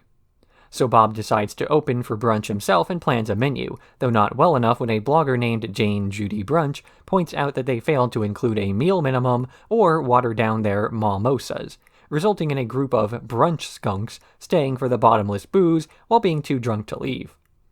Meanwhile, Louise finds Felix in their garbage, and agrees to hide him in exchange for money as part of the brothers' annual hide-and-seek game. They keep him warm and fed inside the basement freezer until Calvin shows up, declaring he knows where his brother is hiding. They try to smuggle him out inside of Jean's brunch squatch costume, but he gets caught up in busting tables and is eventually tackled by Calvin, resulting in a riot breaking out until the police arrive to break up both the fight and the brunch skunks. In the end, the Belchers don't get a dog, but Linda invites Dame back, and he brings his pet. In their attempts to prove that they're capable of taking care of a dog, the Belchers get the opportunity to watch after a Mr. Fishoeder instead, to show that they have the experience needed. But to say they failed at protecting him is an understatement, as he froze while eating unwashed lettuce in the basement. Although to say that this is atypical is wrong, as the other plot of this episode involves Bob and Linda trying to run a brunch rush with a similar level of experience. The guests take advantage of the unlimited alcohol that's not watered down or drunk with food, and they soon become far too much responsibility for the family to take care of. They're only saved when the Fishoeders break out into a fight that the police clean up. Of course, the family was never going to get a dog, as someone would need to watch it, and they all effectively work full-time, not to mention how obviously unsanitary it is to keep an animal walking around a restaurant's kitchen, especially when owned by kids who often forget to take out the garbage. All of this on top of the fact that it's a standardized show, meaning some level of status quo needs to be maintained. So this episode's plot was more about how they'll fail to prove they can raise an animal, rather than if they'll fail.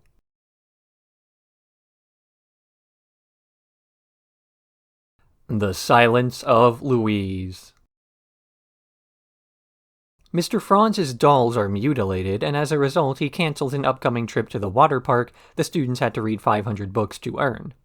Louise takes it upon herself to investigate who destroyed Franz's dolls, and teams up with Millie to do so, as she's just crazy enough to get in the head of whoever did it. But Millie insists that Louise go on playdates with her in exchange for her cooperation, and she goes along begrudgingly at first, but later more enthusiastically. They call off the investigation when Zeke turns himself in, despite not really knowing what he was turning himself in for. But when another doll attack happens, Franz cancels the trip again, and Louise has to apologize to Millie in order to get her to explain the latest theory, that Franz himself is destroying the dolls. When confronted, he admits that he's only destroyed the dolls due to the fact that the teachers dipped into the water park trip money to pay for their coffee, and they never expected the kids to actually hit the goal. The teachers are blackmailed into finding another way to pay for the trip, and Louise returns to holding Millie at arm's length. Meanwhile, Teddy teams up with the woman from the stationery store to sell a slogan he came up with on a picture that she took. Though, in spite of Bob having an epiphany while looking at the poster, they're still shredded up for hamster cages. At first, the teachers' expectations of how much the kids will prove able to read surprises them as the class achieves the 500-book threshold. Later, they prove to be too noble for their scheming when Zeke volunteers himself as the guilty party for the sake of the rest of the class, despite the teachers and students knowing full well he didn't do it. And finally, their expectations are surpassed when two students manage to break the code and figure out exactly who had the means to commit the crime in the first place, as the staff is accused in this conspiracy. Part of what made this accomplishment so impressive was the fact that Louise had to get over her hatred of Millie to achieve it. In a parody of The Silence of the Lambs, she uses the criminally insane to better relate to the perpetrator in order to learn the why so she can get closer to the who. But Millie is untrustworthy, using Louise's desire to find the truth in order to effectively blackmail her into spending time together. Later, she uses this same truth-seeking desire to encourage Millie to finish their detective work after Zeke's confession is proven to be faked, proving that it really was the only reason she spent time with her in the first place.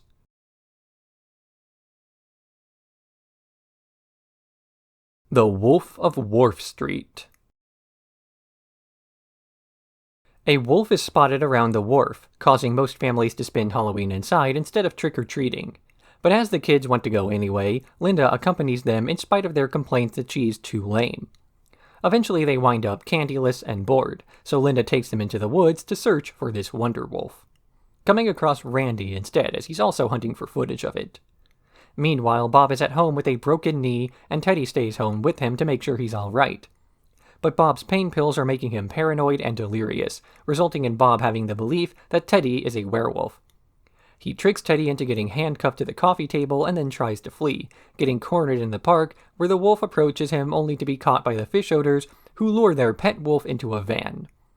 Back in the woods, Linda prepares to fight the wolf for her children, but reveals that the sound they were following was merely an alpaca missing from the petting zoo. After being blown off as a trick-or-treating partner, Linda starts to feel like her kids don't want to spend time with her anymore, as she's not the cool parent she believes herself to be. So she tries to prove them wrong by not going trick-or-treating in a lame way, but being the cool parent who never lets her kids down no matter how much sense it would make to do so. She takes them into the woods to find a wolf, only for it to dawn on her that this was an extremely bad idea once the group starts to believe more and more that they might actually find one. But nobody wants to be the first person to admit that they're the lame one, so they continue to push one another forward until they luck out by encountering an alpaca. So sometimes it helps to be the lame person in your friend circle or in your family, the person to decide independently that being stranded in the woods with a savage animal is a bad idea actually, and to tell them to go home for their own sake. What happens when you don't have somebody around to talk you down is that you wind up like Bob, who, admittedly with a bit of help from pain pills, starts to convince himself that Teddy is a werewolf before running into the park to actually encounter the wolf that's been haunting everyone.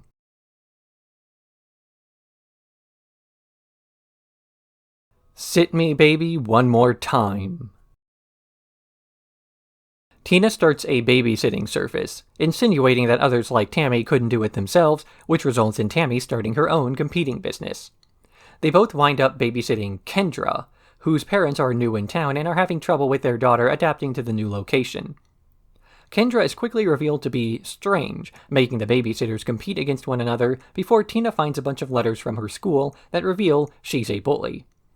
When Tammy invites Jimmy Jr. and Zeke over to make Tina look bad, they wind up stranded in the treehouse, where Tina finds new resolve to face the child, ultimately realizing that they're not too different, as Tina is a bit of a bully herself. Meanwhile, Bob and Linda take Louise and Jean out to a restaurant where the kids meet an embarrassed Teddy, who's trying to cover up the fact that he's eating a competing burger. But the family points out that Bob can be weird about other people's burgers, and Teddy is forced to lie about hating the food to keep Bob happy. Also, Linda pretends to be a bathroom attendant. To Tina, the conflict of this episode begins when Tammy starts trying to erase her babysitting service after starting her own. But to Tammy, the conflict began when it was implied she couldn't do the job herself.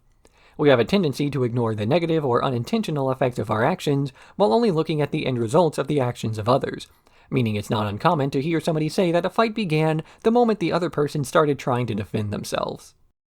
This kind of thinking leads people to develop victim complexes. When you think you've done nothing wrong and other people are attacking you for no reason, then you can claim innocence in any conflict you're involved in. People who are unaware of this fact then view their own escalation as self-defense instead of trying to get to the root of the problem. When people consider themselves to be victims, they can often do more damage as a result, not just to the other party, but to themselves when they give the other party reason to get angry. And when this behavior becomes internalized to too far of an extent, it often results in lashing out at others before they've even wronged you, just because you assume they're about to.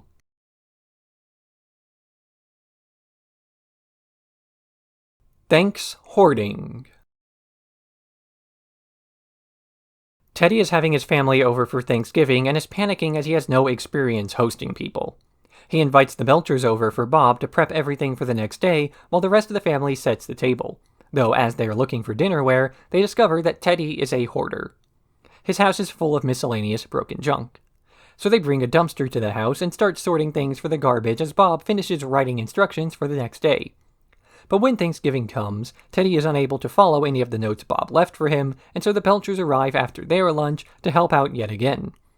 As Bob finishes up cooking, they discover Teddy hiding inside of a dumpster, panicking some more until his family calls and says they're not coming over after all.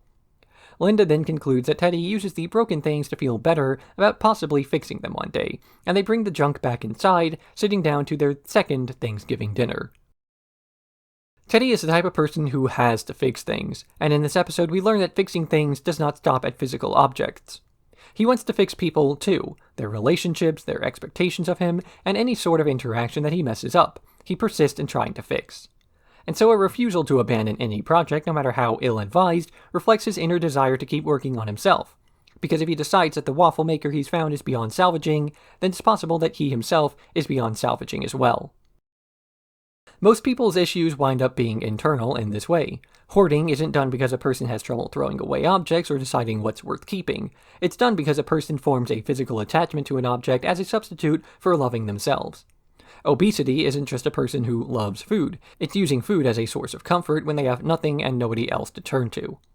The Belcher family all have their own problems, but they also have each other to lean on. As long as they do, then there's a way for the Belchers to resolve their internal issues without resorting to some sort of coping mechanism. But Teddy doesn't have such a luxury, and so he hoards.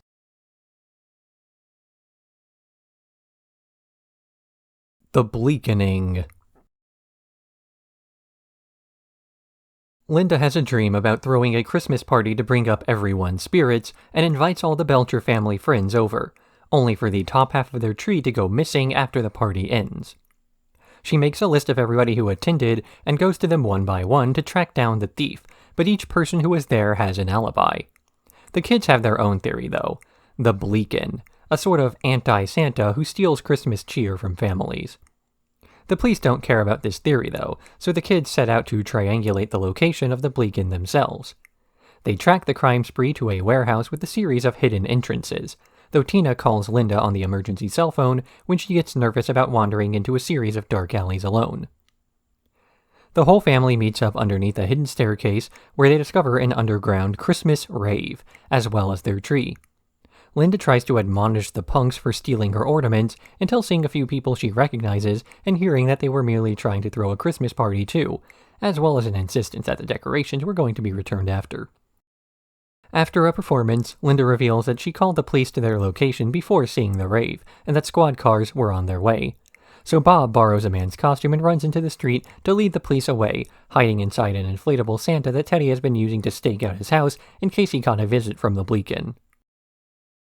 The underground rave at the end of the episode is the reincarnation of a gay club that was shut down at the start, the patrons there searching for a means of having their annual party, in spite of the city telling them they can't. This is part of why Linda has noticed a lack of the regular Christmas cheer that's usually there around the holidays. Enough of their family friends are involved in the nightlife that she'd pick up on their melancholy, in spite of the fact that they're understandably hesitant to discuss the reasons out loud. And it's particularly for this reason that Linda winds up accepting the theft of her Christmas decor.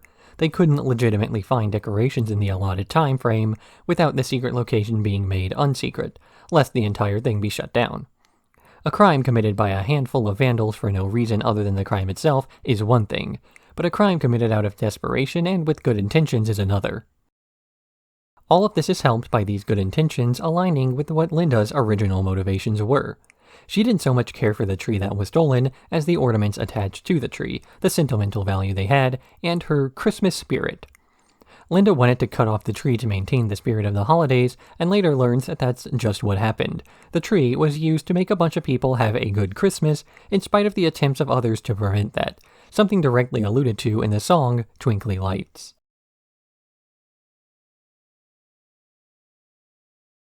V for Valentina-detta. It's the day before Valentine's Day, and Tina is depressed about Jimmy Jr. going out with the girl who's not her, named Becky.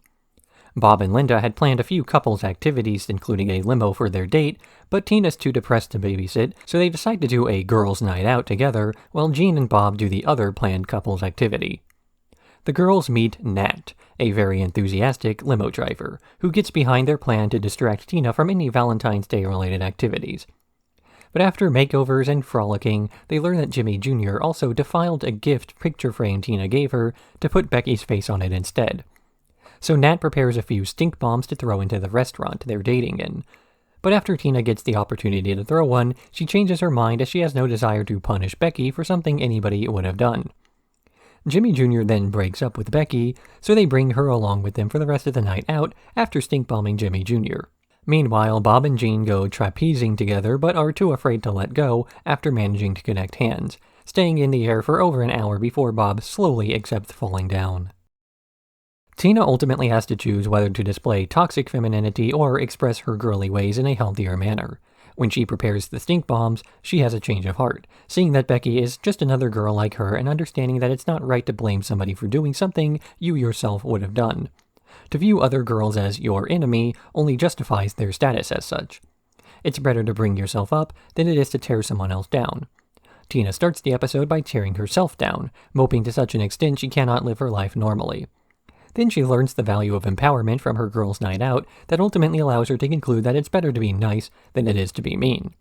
Other women are not your enemy just because they're closing opportunities to you, assuming they are done innocently. Becky dated Jimmy Jr. because he asked her out, not because she was trying to make Tina feel bad. And when Jimmy Jr. breaks up with her, that becomes the last straw in viewing the other girl as antagonistic. They have much more in common with each other than not. It helps that Jimmy Jr. was able to turn himself into a target for Tina's ire, but to react to indifference with a stink bomb doesn't make you the more morally righteous party.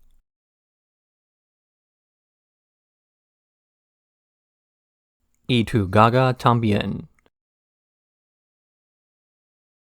Mr. Frond introduces a new game to the playground, Gaga Ball. The Belchers are at first resistant to playing it, with Jean busy clipping a shrub into what he calls Monkey Booby Man. But slowly the rest of the family gets involved, and soon Jean is the only person not playing the game. Because of the success of Gaga Ball, Frond has more pits installed on the playground, knocking down Jean's Monkey Booby Man in the construction, which makes him mad enough to finally enter the tournament as the winner will get the attention of the whole school.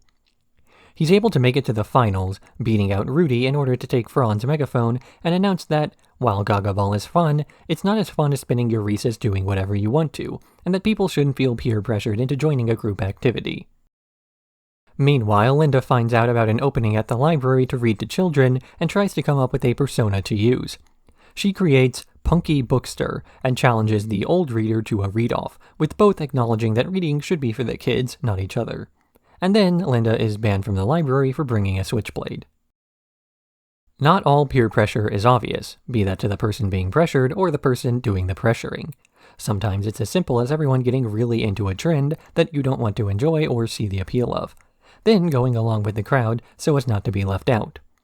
And while it's true that nobody is directly forcing you to go along with what they're doing, the threat of becoming a social outcast is often enough to convince you otherwise. Jean recognizes this and takes a stand against Gaga Ball. Despite actually enjoying the sport, he doesn't like the conditions by which he got involved in playing it in the first place, something that other students didn't get the chance to express. Because to Jean, the fun part of recess is having the freedom to do whatever you want. If everyone is doing the same thing, even by choice, then that starts to grate on the students who suddenly find themselves not part of everybody. Being left out because you're in the minority of people who enjoy a given sport or topic or game makes you feel as though you're not a person, because you're being left out of the demographic of everybody.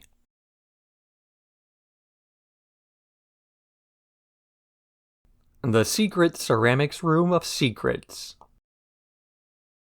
Linda asks the kids to put more effort into their handmade gifts for their grandmother's birthday, but rather than do that, Louise decides to search for a secret ceramics room that was walled over after a fire broke out and the school didn't want to look bad during an inspection. They search for former students who may know about what happened, and are led to a woman with a yearbook from that time showing the location of the pottery room. After lining up the photos, they're able to discover the lockers outside the former room, and they borrow power tools from Teddy to begin an excavation. But Mr. Frond catches them and confiscates the tools, only to head to the abandoned ceramics room himself, where the kids catch him trying to take a vase containing a bunch of votes for another candidate for 7th grade secretary. He reveals that he's been keeping it a secret that he didn't really win that old election for decades, and agrees to let the kids take anything from the room if they promise to keep it secret. But Tina realizes that a gift taken from the room would mean less and take more effort than something genuinely handmade, so they take the kiln out of the room and make clay gifts for the whole family. Meanwhile, Teddy starts to fix phone screens inside of the restaurant, getting in Bob's way for a while before ultimately concluding that he should work back at his own house. It's interesting to see just how much effort Louise is willing to go through just to do less work, so much so that she's fine with doing more work just to prove a point. It's a prime example of the sunk cost fallacy, where the wisest move is backing out of a situation to save yourself trouble, but you keep pressing forwards because the end seems so close. Louise could have made something out of crafts and been done with it in a fraction of the time she spent on finding the secret room, but maybe that's not the point. It's clear that, to some extent, she was enjoying herself when it came to the hunt. The search for the ceramics room was a fun project in and of itself, certainly more fun than creating something with your hands that you don't care about. But therein lies the problem, that she doesn't care about the alternative activity, which is supposed to be preparing something for her grandmother. So the more she tries to find the ceramics room, the more she's declaring that she would rather not do something thoughtful for a family member. How good or nice of a person can you really be if you're willing to go through with a ton of effort just to make sure you don't have to do something for someone else? To put a bunch of effort into not caring means that you really, really don't care, and that can be applied to the task at hand as much as it can to the person for whom that task was meant to benefit.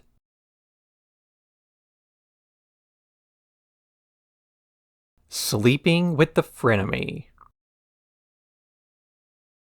It's spring break, and everybody is going somewhere except for Tina, who's stuck at home alongside Tammy, who missed her cruise. Tina, hoping to get a merit badge for the Thunder Girls, offers to allow Tammy to stay with the Belchers, though she quickly gets on everybody's nerves. When they ask her to work at the restaurant, a boy named Brett from out of town meets Tammy and falls for her, as he considers her down to earth. But Tammy doesn't know how to talk down to earth over text, and Tina offers to text him for her, escalating to a setup involving headphones and Tina feeding words directly to her friend. But soon Tina gets sick of Tammy getting the attention that she wanted, and she starts to sabotage their talks, eventually confessing to being the person who's really been talking to him as Tammy pushes the two to go on a date. Meanwhile, Linda is excited to get Jean's last baby tooth in order to have a full set, but when a seagull steals it, he has to work with Bob and Teddy to fix up a tooth they bought from Dr. Yap in order to convince Linda it's a real one, though he accidentally swallows it, and then Linda admits that she doesn't actually have the full set after all. At first, it seems as though Brett's disgust with the reveal that Tina and Tammy have been lying to him stems from a bit of shallowness, that he prefers the girl with the blonde hair and makeup to the more nerdy-looking Tina despite clearly meshing better with her personality. But this is more so due to the fact that Tina is willing to go along with the lie to get close to him, and that his first impression of the girl is the fact that she's manipulative. Then an additional layer gets added to the relationship due to Brett completely failing to pick up on the manipulation, despite it not being done in an especially competent way. If he's unable to realize that the person he met is not the same person he's been talking to for 3 days, it's more on him than anyone else. But there's still something to be said about the idea that a person would go to such an extent to be closer to someone else, even if this is done to the point of being dishonest. Bob and Jean put a lot of effort into falsifying a lost tooth in order to keep Linda happy for having the full set, that she's not even upset when she learns it was all faked. Partially because she'd lost a few herself, but partially due to an appreciation of the effort done on her behalf.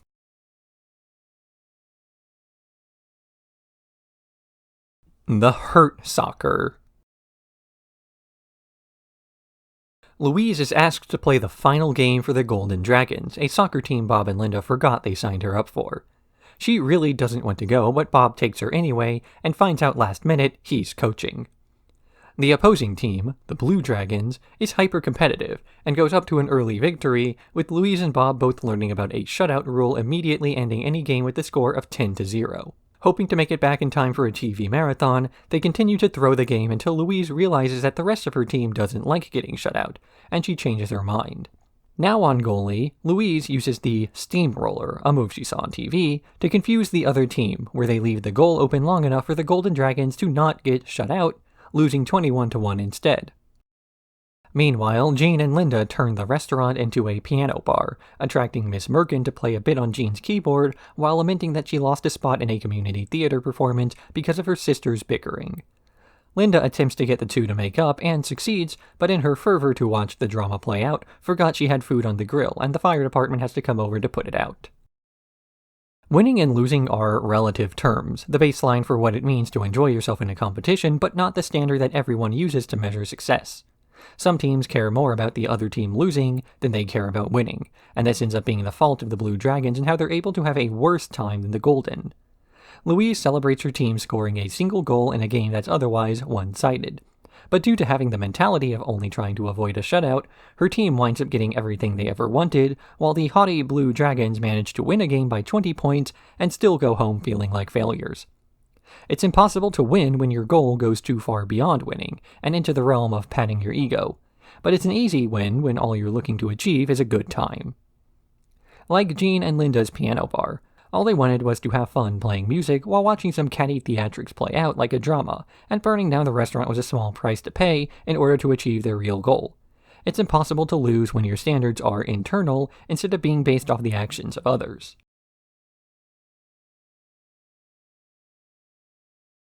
Cheer up, Sleepy Jean. After bonding over their hatred of gym class, Jean's new friend Alex invites him to a sleepover. Jean is afraid of sleeping at someone else's house for a night, but his parents make him go anyway after a bit of a pep talk. Once there, he has an underwhelming time eating healthy and helping with the dishes before Alex wakes him up so the two can sneak out, heading to a cabin in the woods that's little more than a bunch of sticks and trash bags. Alex is more concerned with licking sugar packets than the collapsing structure, so Jean takes him back to his house to recruit the help of Tina and Louise in running away before Alex's parents wake up. They make it back to see Alex's mom eating ice cream in the kitchen, and Jean tells him that every diet comes with cheat days, just in time to make it to sleep despite his anxieties. Bob and Linda accuse the other of being a loud snorer, and they borrow a tape recorder from Teddy to find out who snores the most. But when the recording comes back showing both of them equally obnoxiously loud, and that they can't sleep normally without each other snoring, they decide to drop the contest. A recurring aspect of Jean's character is his immaturity, that he's afraid of growing up due to the coddling that he gets, which in turn removes the expectation for him to grow up. He usually does manage to come through in the end, giving him that bit of development when things push him to his limits, and here he gets to meet another character who shares so many of those traits with him. Alex is extremely similar to Jean, from the diet to the pop culture knowledge to their interests. But Alex is resentful of his parents' attempts to force him out of his comfort zone, something that puts Jean's behavior into perspective. Bob and Linda tend to let Jean develop his own schedule. If he doesn't think he's ready for something, then they don't push him. But here, Alex gets a small shove towards eating better and rejects it entirely, threatening to run away in such a dramatic fashion that even Jean is able to see that there's something clearly wrong with the boy independent of his relationship to his parents. So instead of outside forces pushing Jean to grow up, Jean gets to be the outside source pushing another kid to grow up, not to reject the diet altogether, but to take a few cheat days and approach the habit on his own terms.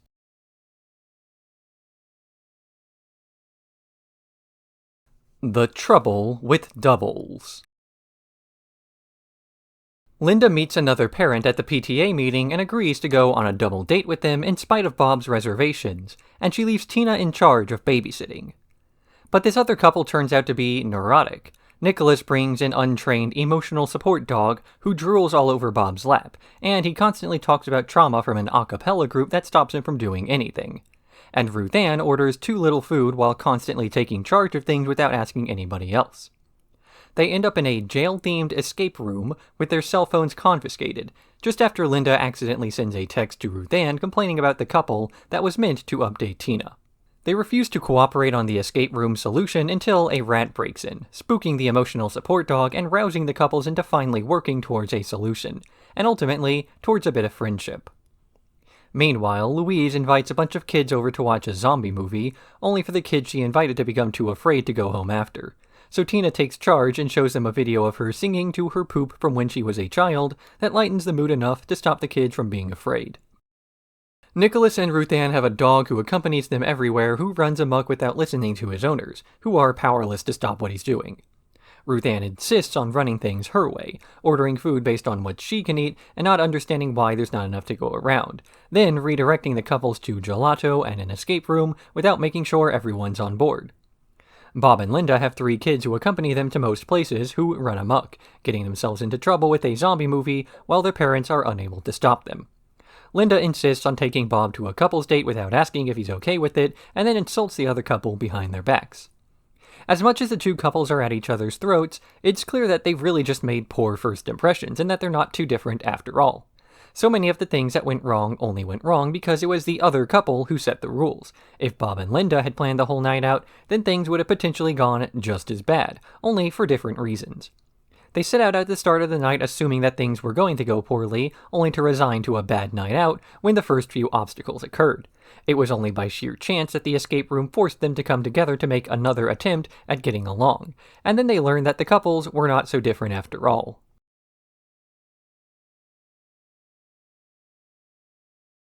Go Tina on the Mountain. Tina is excited to go to a school-wide nature camp to reinvent herself after getting an embarrassing nickname at school, though the entire week winds up being rained out. Not happy staying indoors, she sets out with her siblings to explore the woods, and comes across Martha, a hermit who's been living out there recently.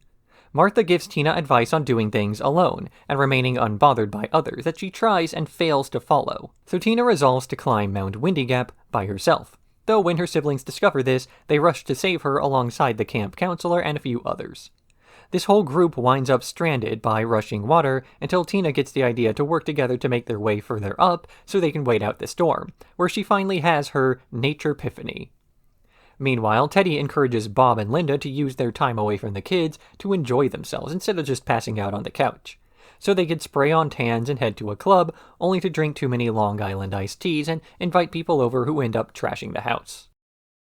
Tina spends the episode looking for an epiphany in nature, originally hoping to use teamwork to climb to the top of Mount Windy Gap before feeling betrayed by her friends for their use of an embarrassing nickname, then resolving to do things alone instead.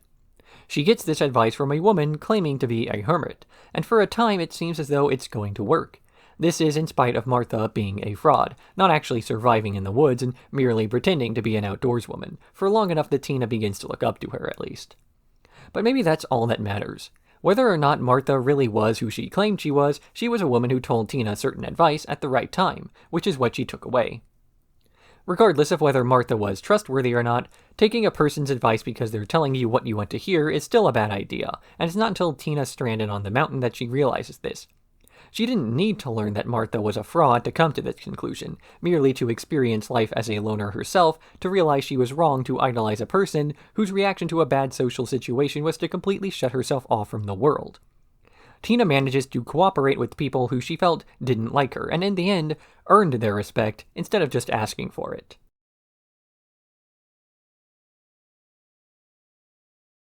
Are you there, Bob? It's me. Birthday.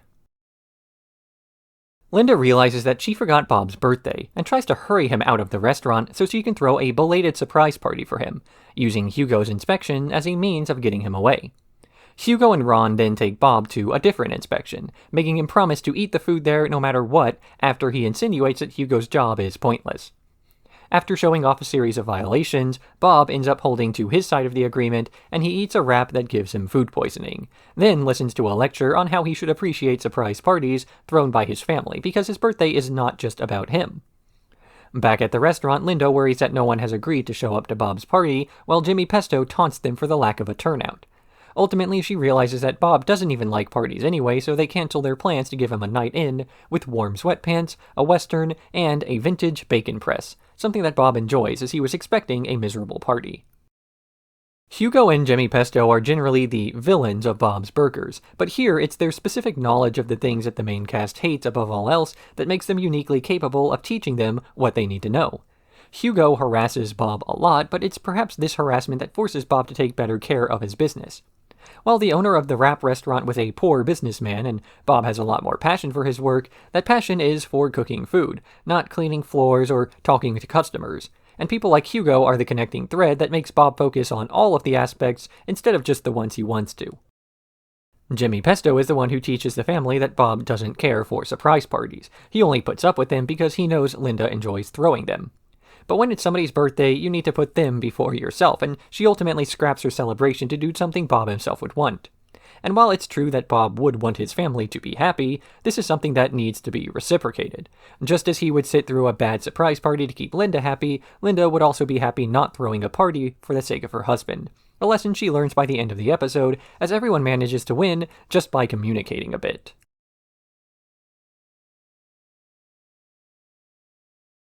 Boy Watch. After seeing a group of teenagers rolling around in the sand, Tina investigates and learns that they're the junior lifeguards, and soon after, a spot opens up that she eagerly takes. But the junior lifeguards are more serious of an organization than she's ready for. Tina assumes it's going to be love triangles and skin contact, and consistently fails at her attempts to actually run their drills. The rest of the group tries to convince her to quit, as they're punished as a group for her failures, but Tina resolves to prove she has what it takes, and declares she will do a real lifeguard drill to prove it. But when they're caught running this drill, the entire squad is disbanded, just before the fun run and sandcastle contest are about to collide.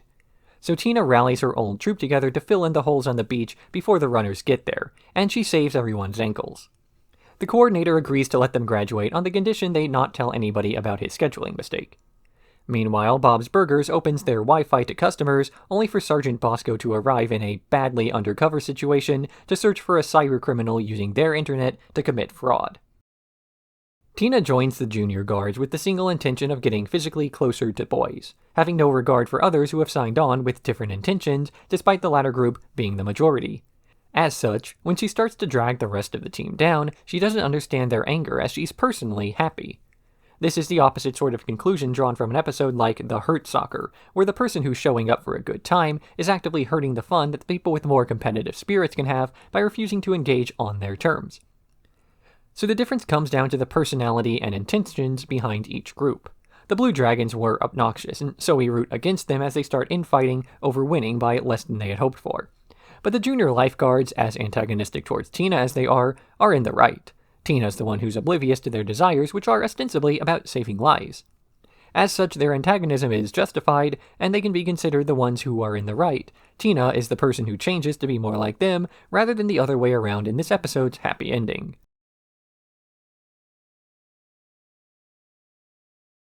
As I walk through the alley of the shadow of ramps. While riding their bike in the alley, a woman, Alice, who drives a smoothie/hair removal truck, starts aggressively demanding that the kids move, while making fun of Louise's tricycle. They get their revenge by writing insults on the back of her van, so she throws her smoothie in their faces the next morning. Louise then invites Rudy and his ramps over to throw a fake benefit in order to block off the alley further, and the next day, Alice throws out the ramps and runs over Louise's trike. The kids follow her for miles, pointing out that the mean green machine is caught in her truck's grill, and she breaks down, apologizing for being rude as she's merely stressed about her smoothie/waxing truck not taking off, and offering them store credit for the ramps and the trike. In the end, Louise gets over her fear of learning to ride a two-wheeled bike and has Bob teach her. In the B-plot, Gayle is bored with her new art museum guard job, so Linda has her pretend to stake out an art thief to make it more fun. But when Gayle tries to arrest a guy for real, Linda has to fix the issue by getting them to talk, where she learns that the guy likes cats too, and then Gayle tries to date him. It's not best to judge other people by the way they act at their lowest. Alice snaps at a group of children, throwing smoothies at them and having little concern with destruction of their property, and explains this away as the result of feeling stress over a business venture not being successful and the anxieties over if it will ever be. This is then put into direct comparison with Louise's anxieties about learning to ride a bike, how it's less about the fear of riding one, but the fear of failure that prevents her from doing so. But just because somebody admits that they're at a low point doesn't mean they should be absolved of their behavior from that time. There's a saying, if you can't handle me at my worst, you don't deserve me at my best. This is somewhat of a dismissive way of talking about your own faults while rejecting anything you may have done wrong in favor of focusing on your strengths. The idea of having to handle somebody at their worst in order to deserve better treatment means that their faults will continue to be ignored for the duration of time that they have no consequences for them. It's not until Alice realizes that her anger issues may result in a manslaughter charge that she finally attempts to calm down. Escalating your conflicts under the guise of stress relief just means that you can't handle your emotions, and passing the burden onto a stranger is no way of dismissing these feelings.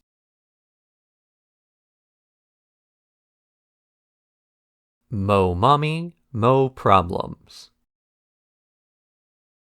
It's Mother's Day, and Linda has declared herself momnipotent, so the family has to do whatever she says for the day. She wants to go to open houses on King's Head Island and pretend to be rich so they can eat all the finger foods, but this results in the family being taken to a private showing by the realtor Julia, who they learn is actually a struggling mother. The person selling the house, Spencer, knows what Bob is up to, but doesn't say anything, as he instead asks Bob and Linda to pretend to be interested, in order to push another couple into making the purchase. But later, the whole group learns that Ethel, Spencer's mother, has been haunting the showings to try to prevent the sale, as she doesn't want to move out. The Belchers go with the first plan and make a fake offer so the house will sell, but Linda admits the fib, only to then learn that Spencer was trying to sell the house not for the money, but because he was concerned about his elderly mother living in a place with so many stairs.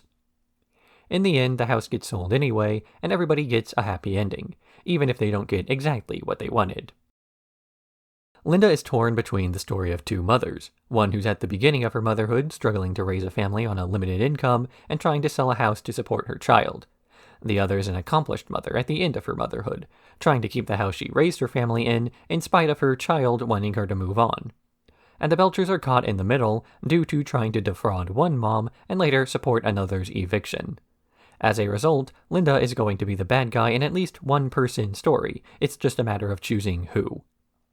But this decision is made easier by looking not at the events unfolding, but the motivations behind them. Spencer's not trying to evict his mother out of selfishness, but concern. They even learn that he's been covering up some of the issues with the house to sell it faster. A dishonest action done out of concern for a loved one is forgivable, just like lying about being interested in the house in order to help out a new mom supporting her family, or even Linda lying about being rich to defraud who she assumes are spoiled rich folks while having fun with her kids. In the end, there's a lesson learned that if you really love somebody, sometimes the best thing to tell them is no.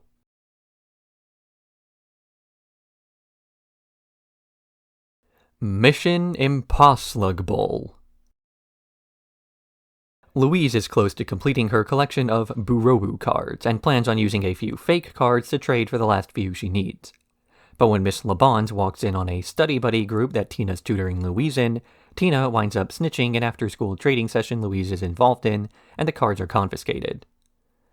Louise refuses to talk to Tina afterwards and attempts to track down the cards herself, eventually learning from Tina they're at LeBons' house and attempting to break in during the teacher's drinking party. Louise asks Mr. Franz to make a distraction while she has the others lower her into the backyard to steal them back, but her arms are too short and she makes Tina do it instead. In the end, Tina is caught and told to report to detention after refusing to implicate anybody else in the scheme by climbing a hose to prove she was acting alone. Bob is asked to give a eulogy at the funeral for a pickle vendor that he had an argument with, eventually learning that the man, Harry, had forgiven him even if the other patrons of the farmer's market hadn't. There's an idea that family is always supposed to have each other's backs, that no matter what, you need to side with the people closest to you and to cover for them if they're in trouble. Louise cites this as a reason why Tina's betrayal was so devastating. She thought she could trust her sister only to be ratted out to a teacher while she was trying to trade fake cards to fuel an obsession of hers despite repeated warnings not to. And this is where the ambiguity comes in, because while Tina wants to watch after her younger sister, sometimes this means siding against her for her own good. Louise was trying to rip off her classmates to complete a collection, and later is even prepared to commit a breaking and entering to get her cards back instead of a more rational response. It's clear then that Louise's obsession is damaging her ability to function in society as she gets deeper and deeper into a crime spree for the sake of the hobby. So for Tina to snitch arguably helped her sister out. Having your family's back sometimes means doing something that might not immediately help them in order to help them out later and develop on their own. But as it's an ambiguous situation, Tina later on again lies to cover for her sister, as getting caught trading cards at school is one thing, but getting caught obsessing over them after supposedly learning her lesson would have gotten her in too much trouble to justify the lesson, while also reaffirming that Tina's been on her side from the beginning.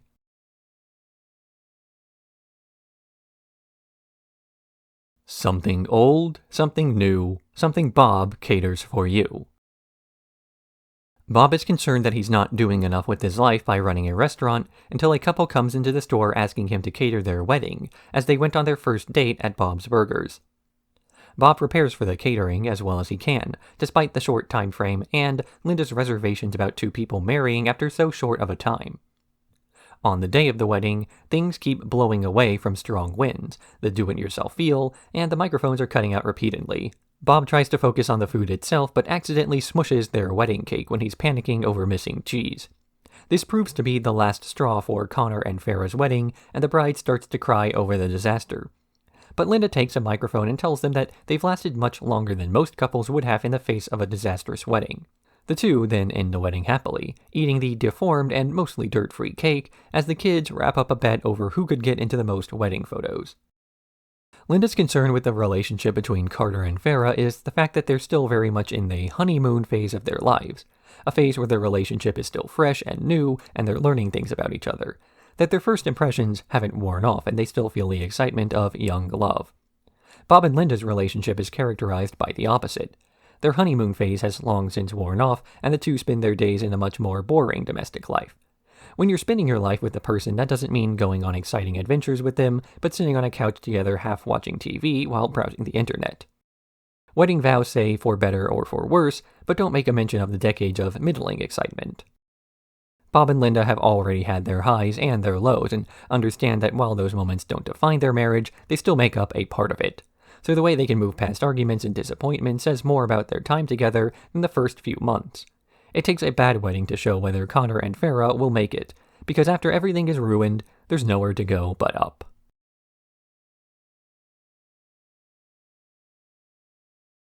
Outro. This was a part 1 to what will probably be a 3-part series on Bob's Burgers, continuing on to cover through the movie as a natural endpoint, and then likely taking a break until there are enough seasons to do a full-length video once again. I want to at least thank you for sticking with the video for this long, knowing it's not going to end in a completion of the show. Maybe you sat through the whole thing in one sitting, maybe you skipped around a lot, and maybe you just have this on in the background while doing something else. In which case, this is your heads up to start looking for another long-form video to listen to in the background. I would recommend something from my own channel, but I'm obviously a bit biased in this area.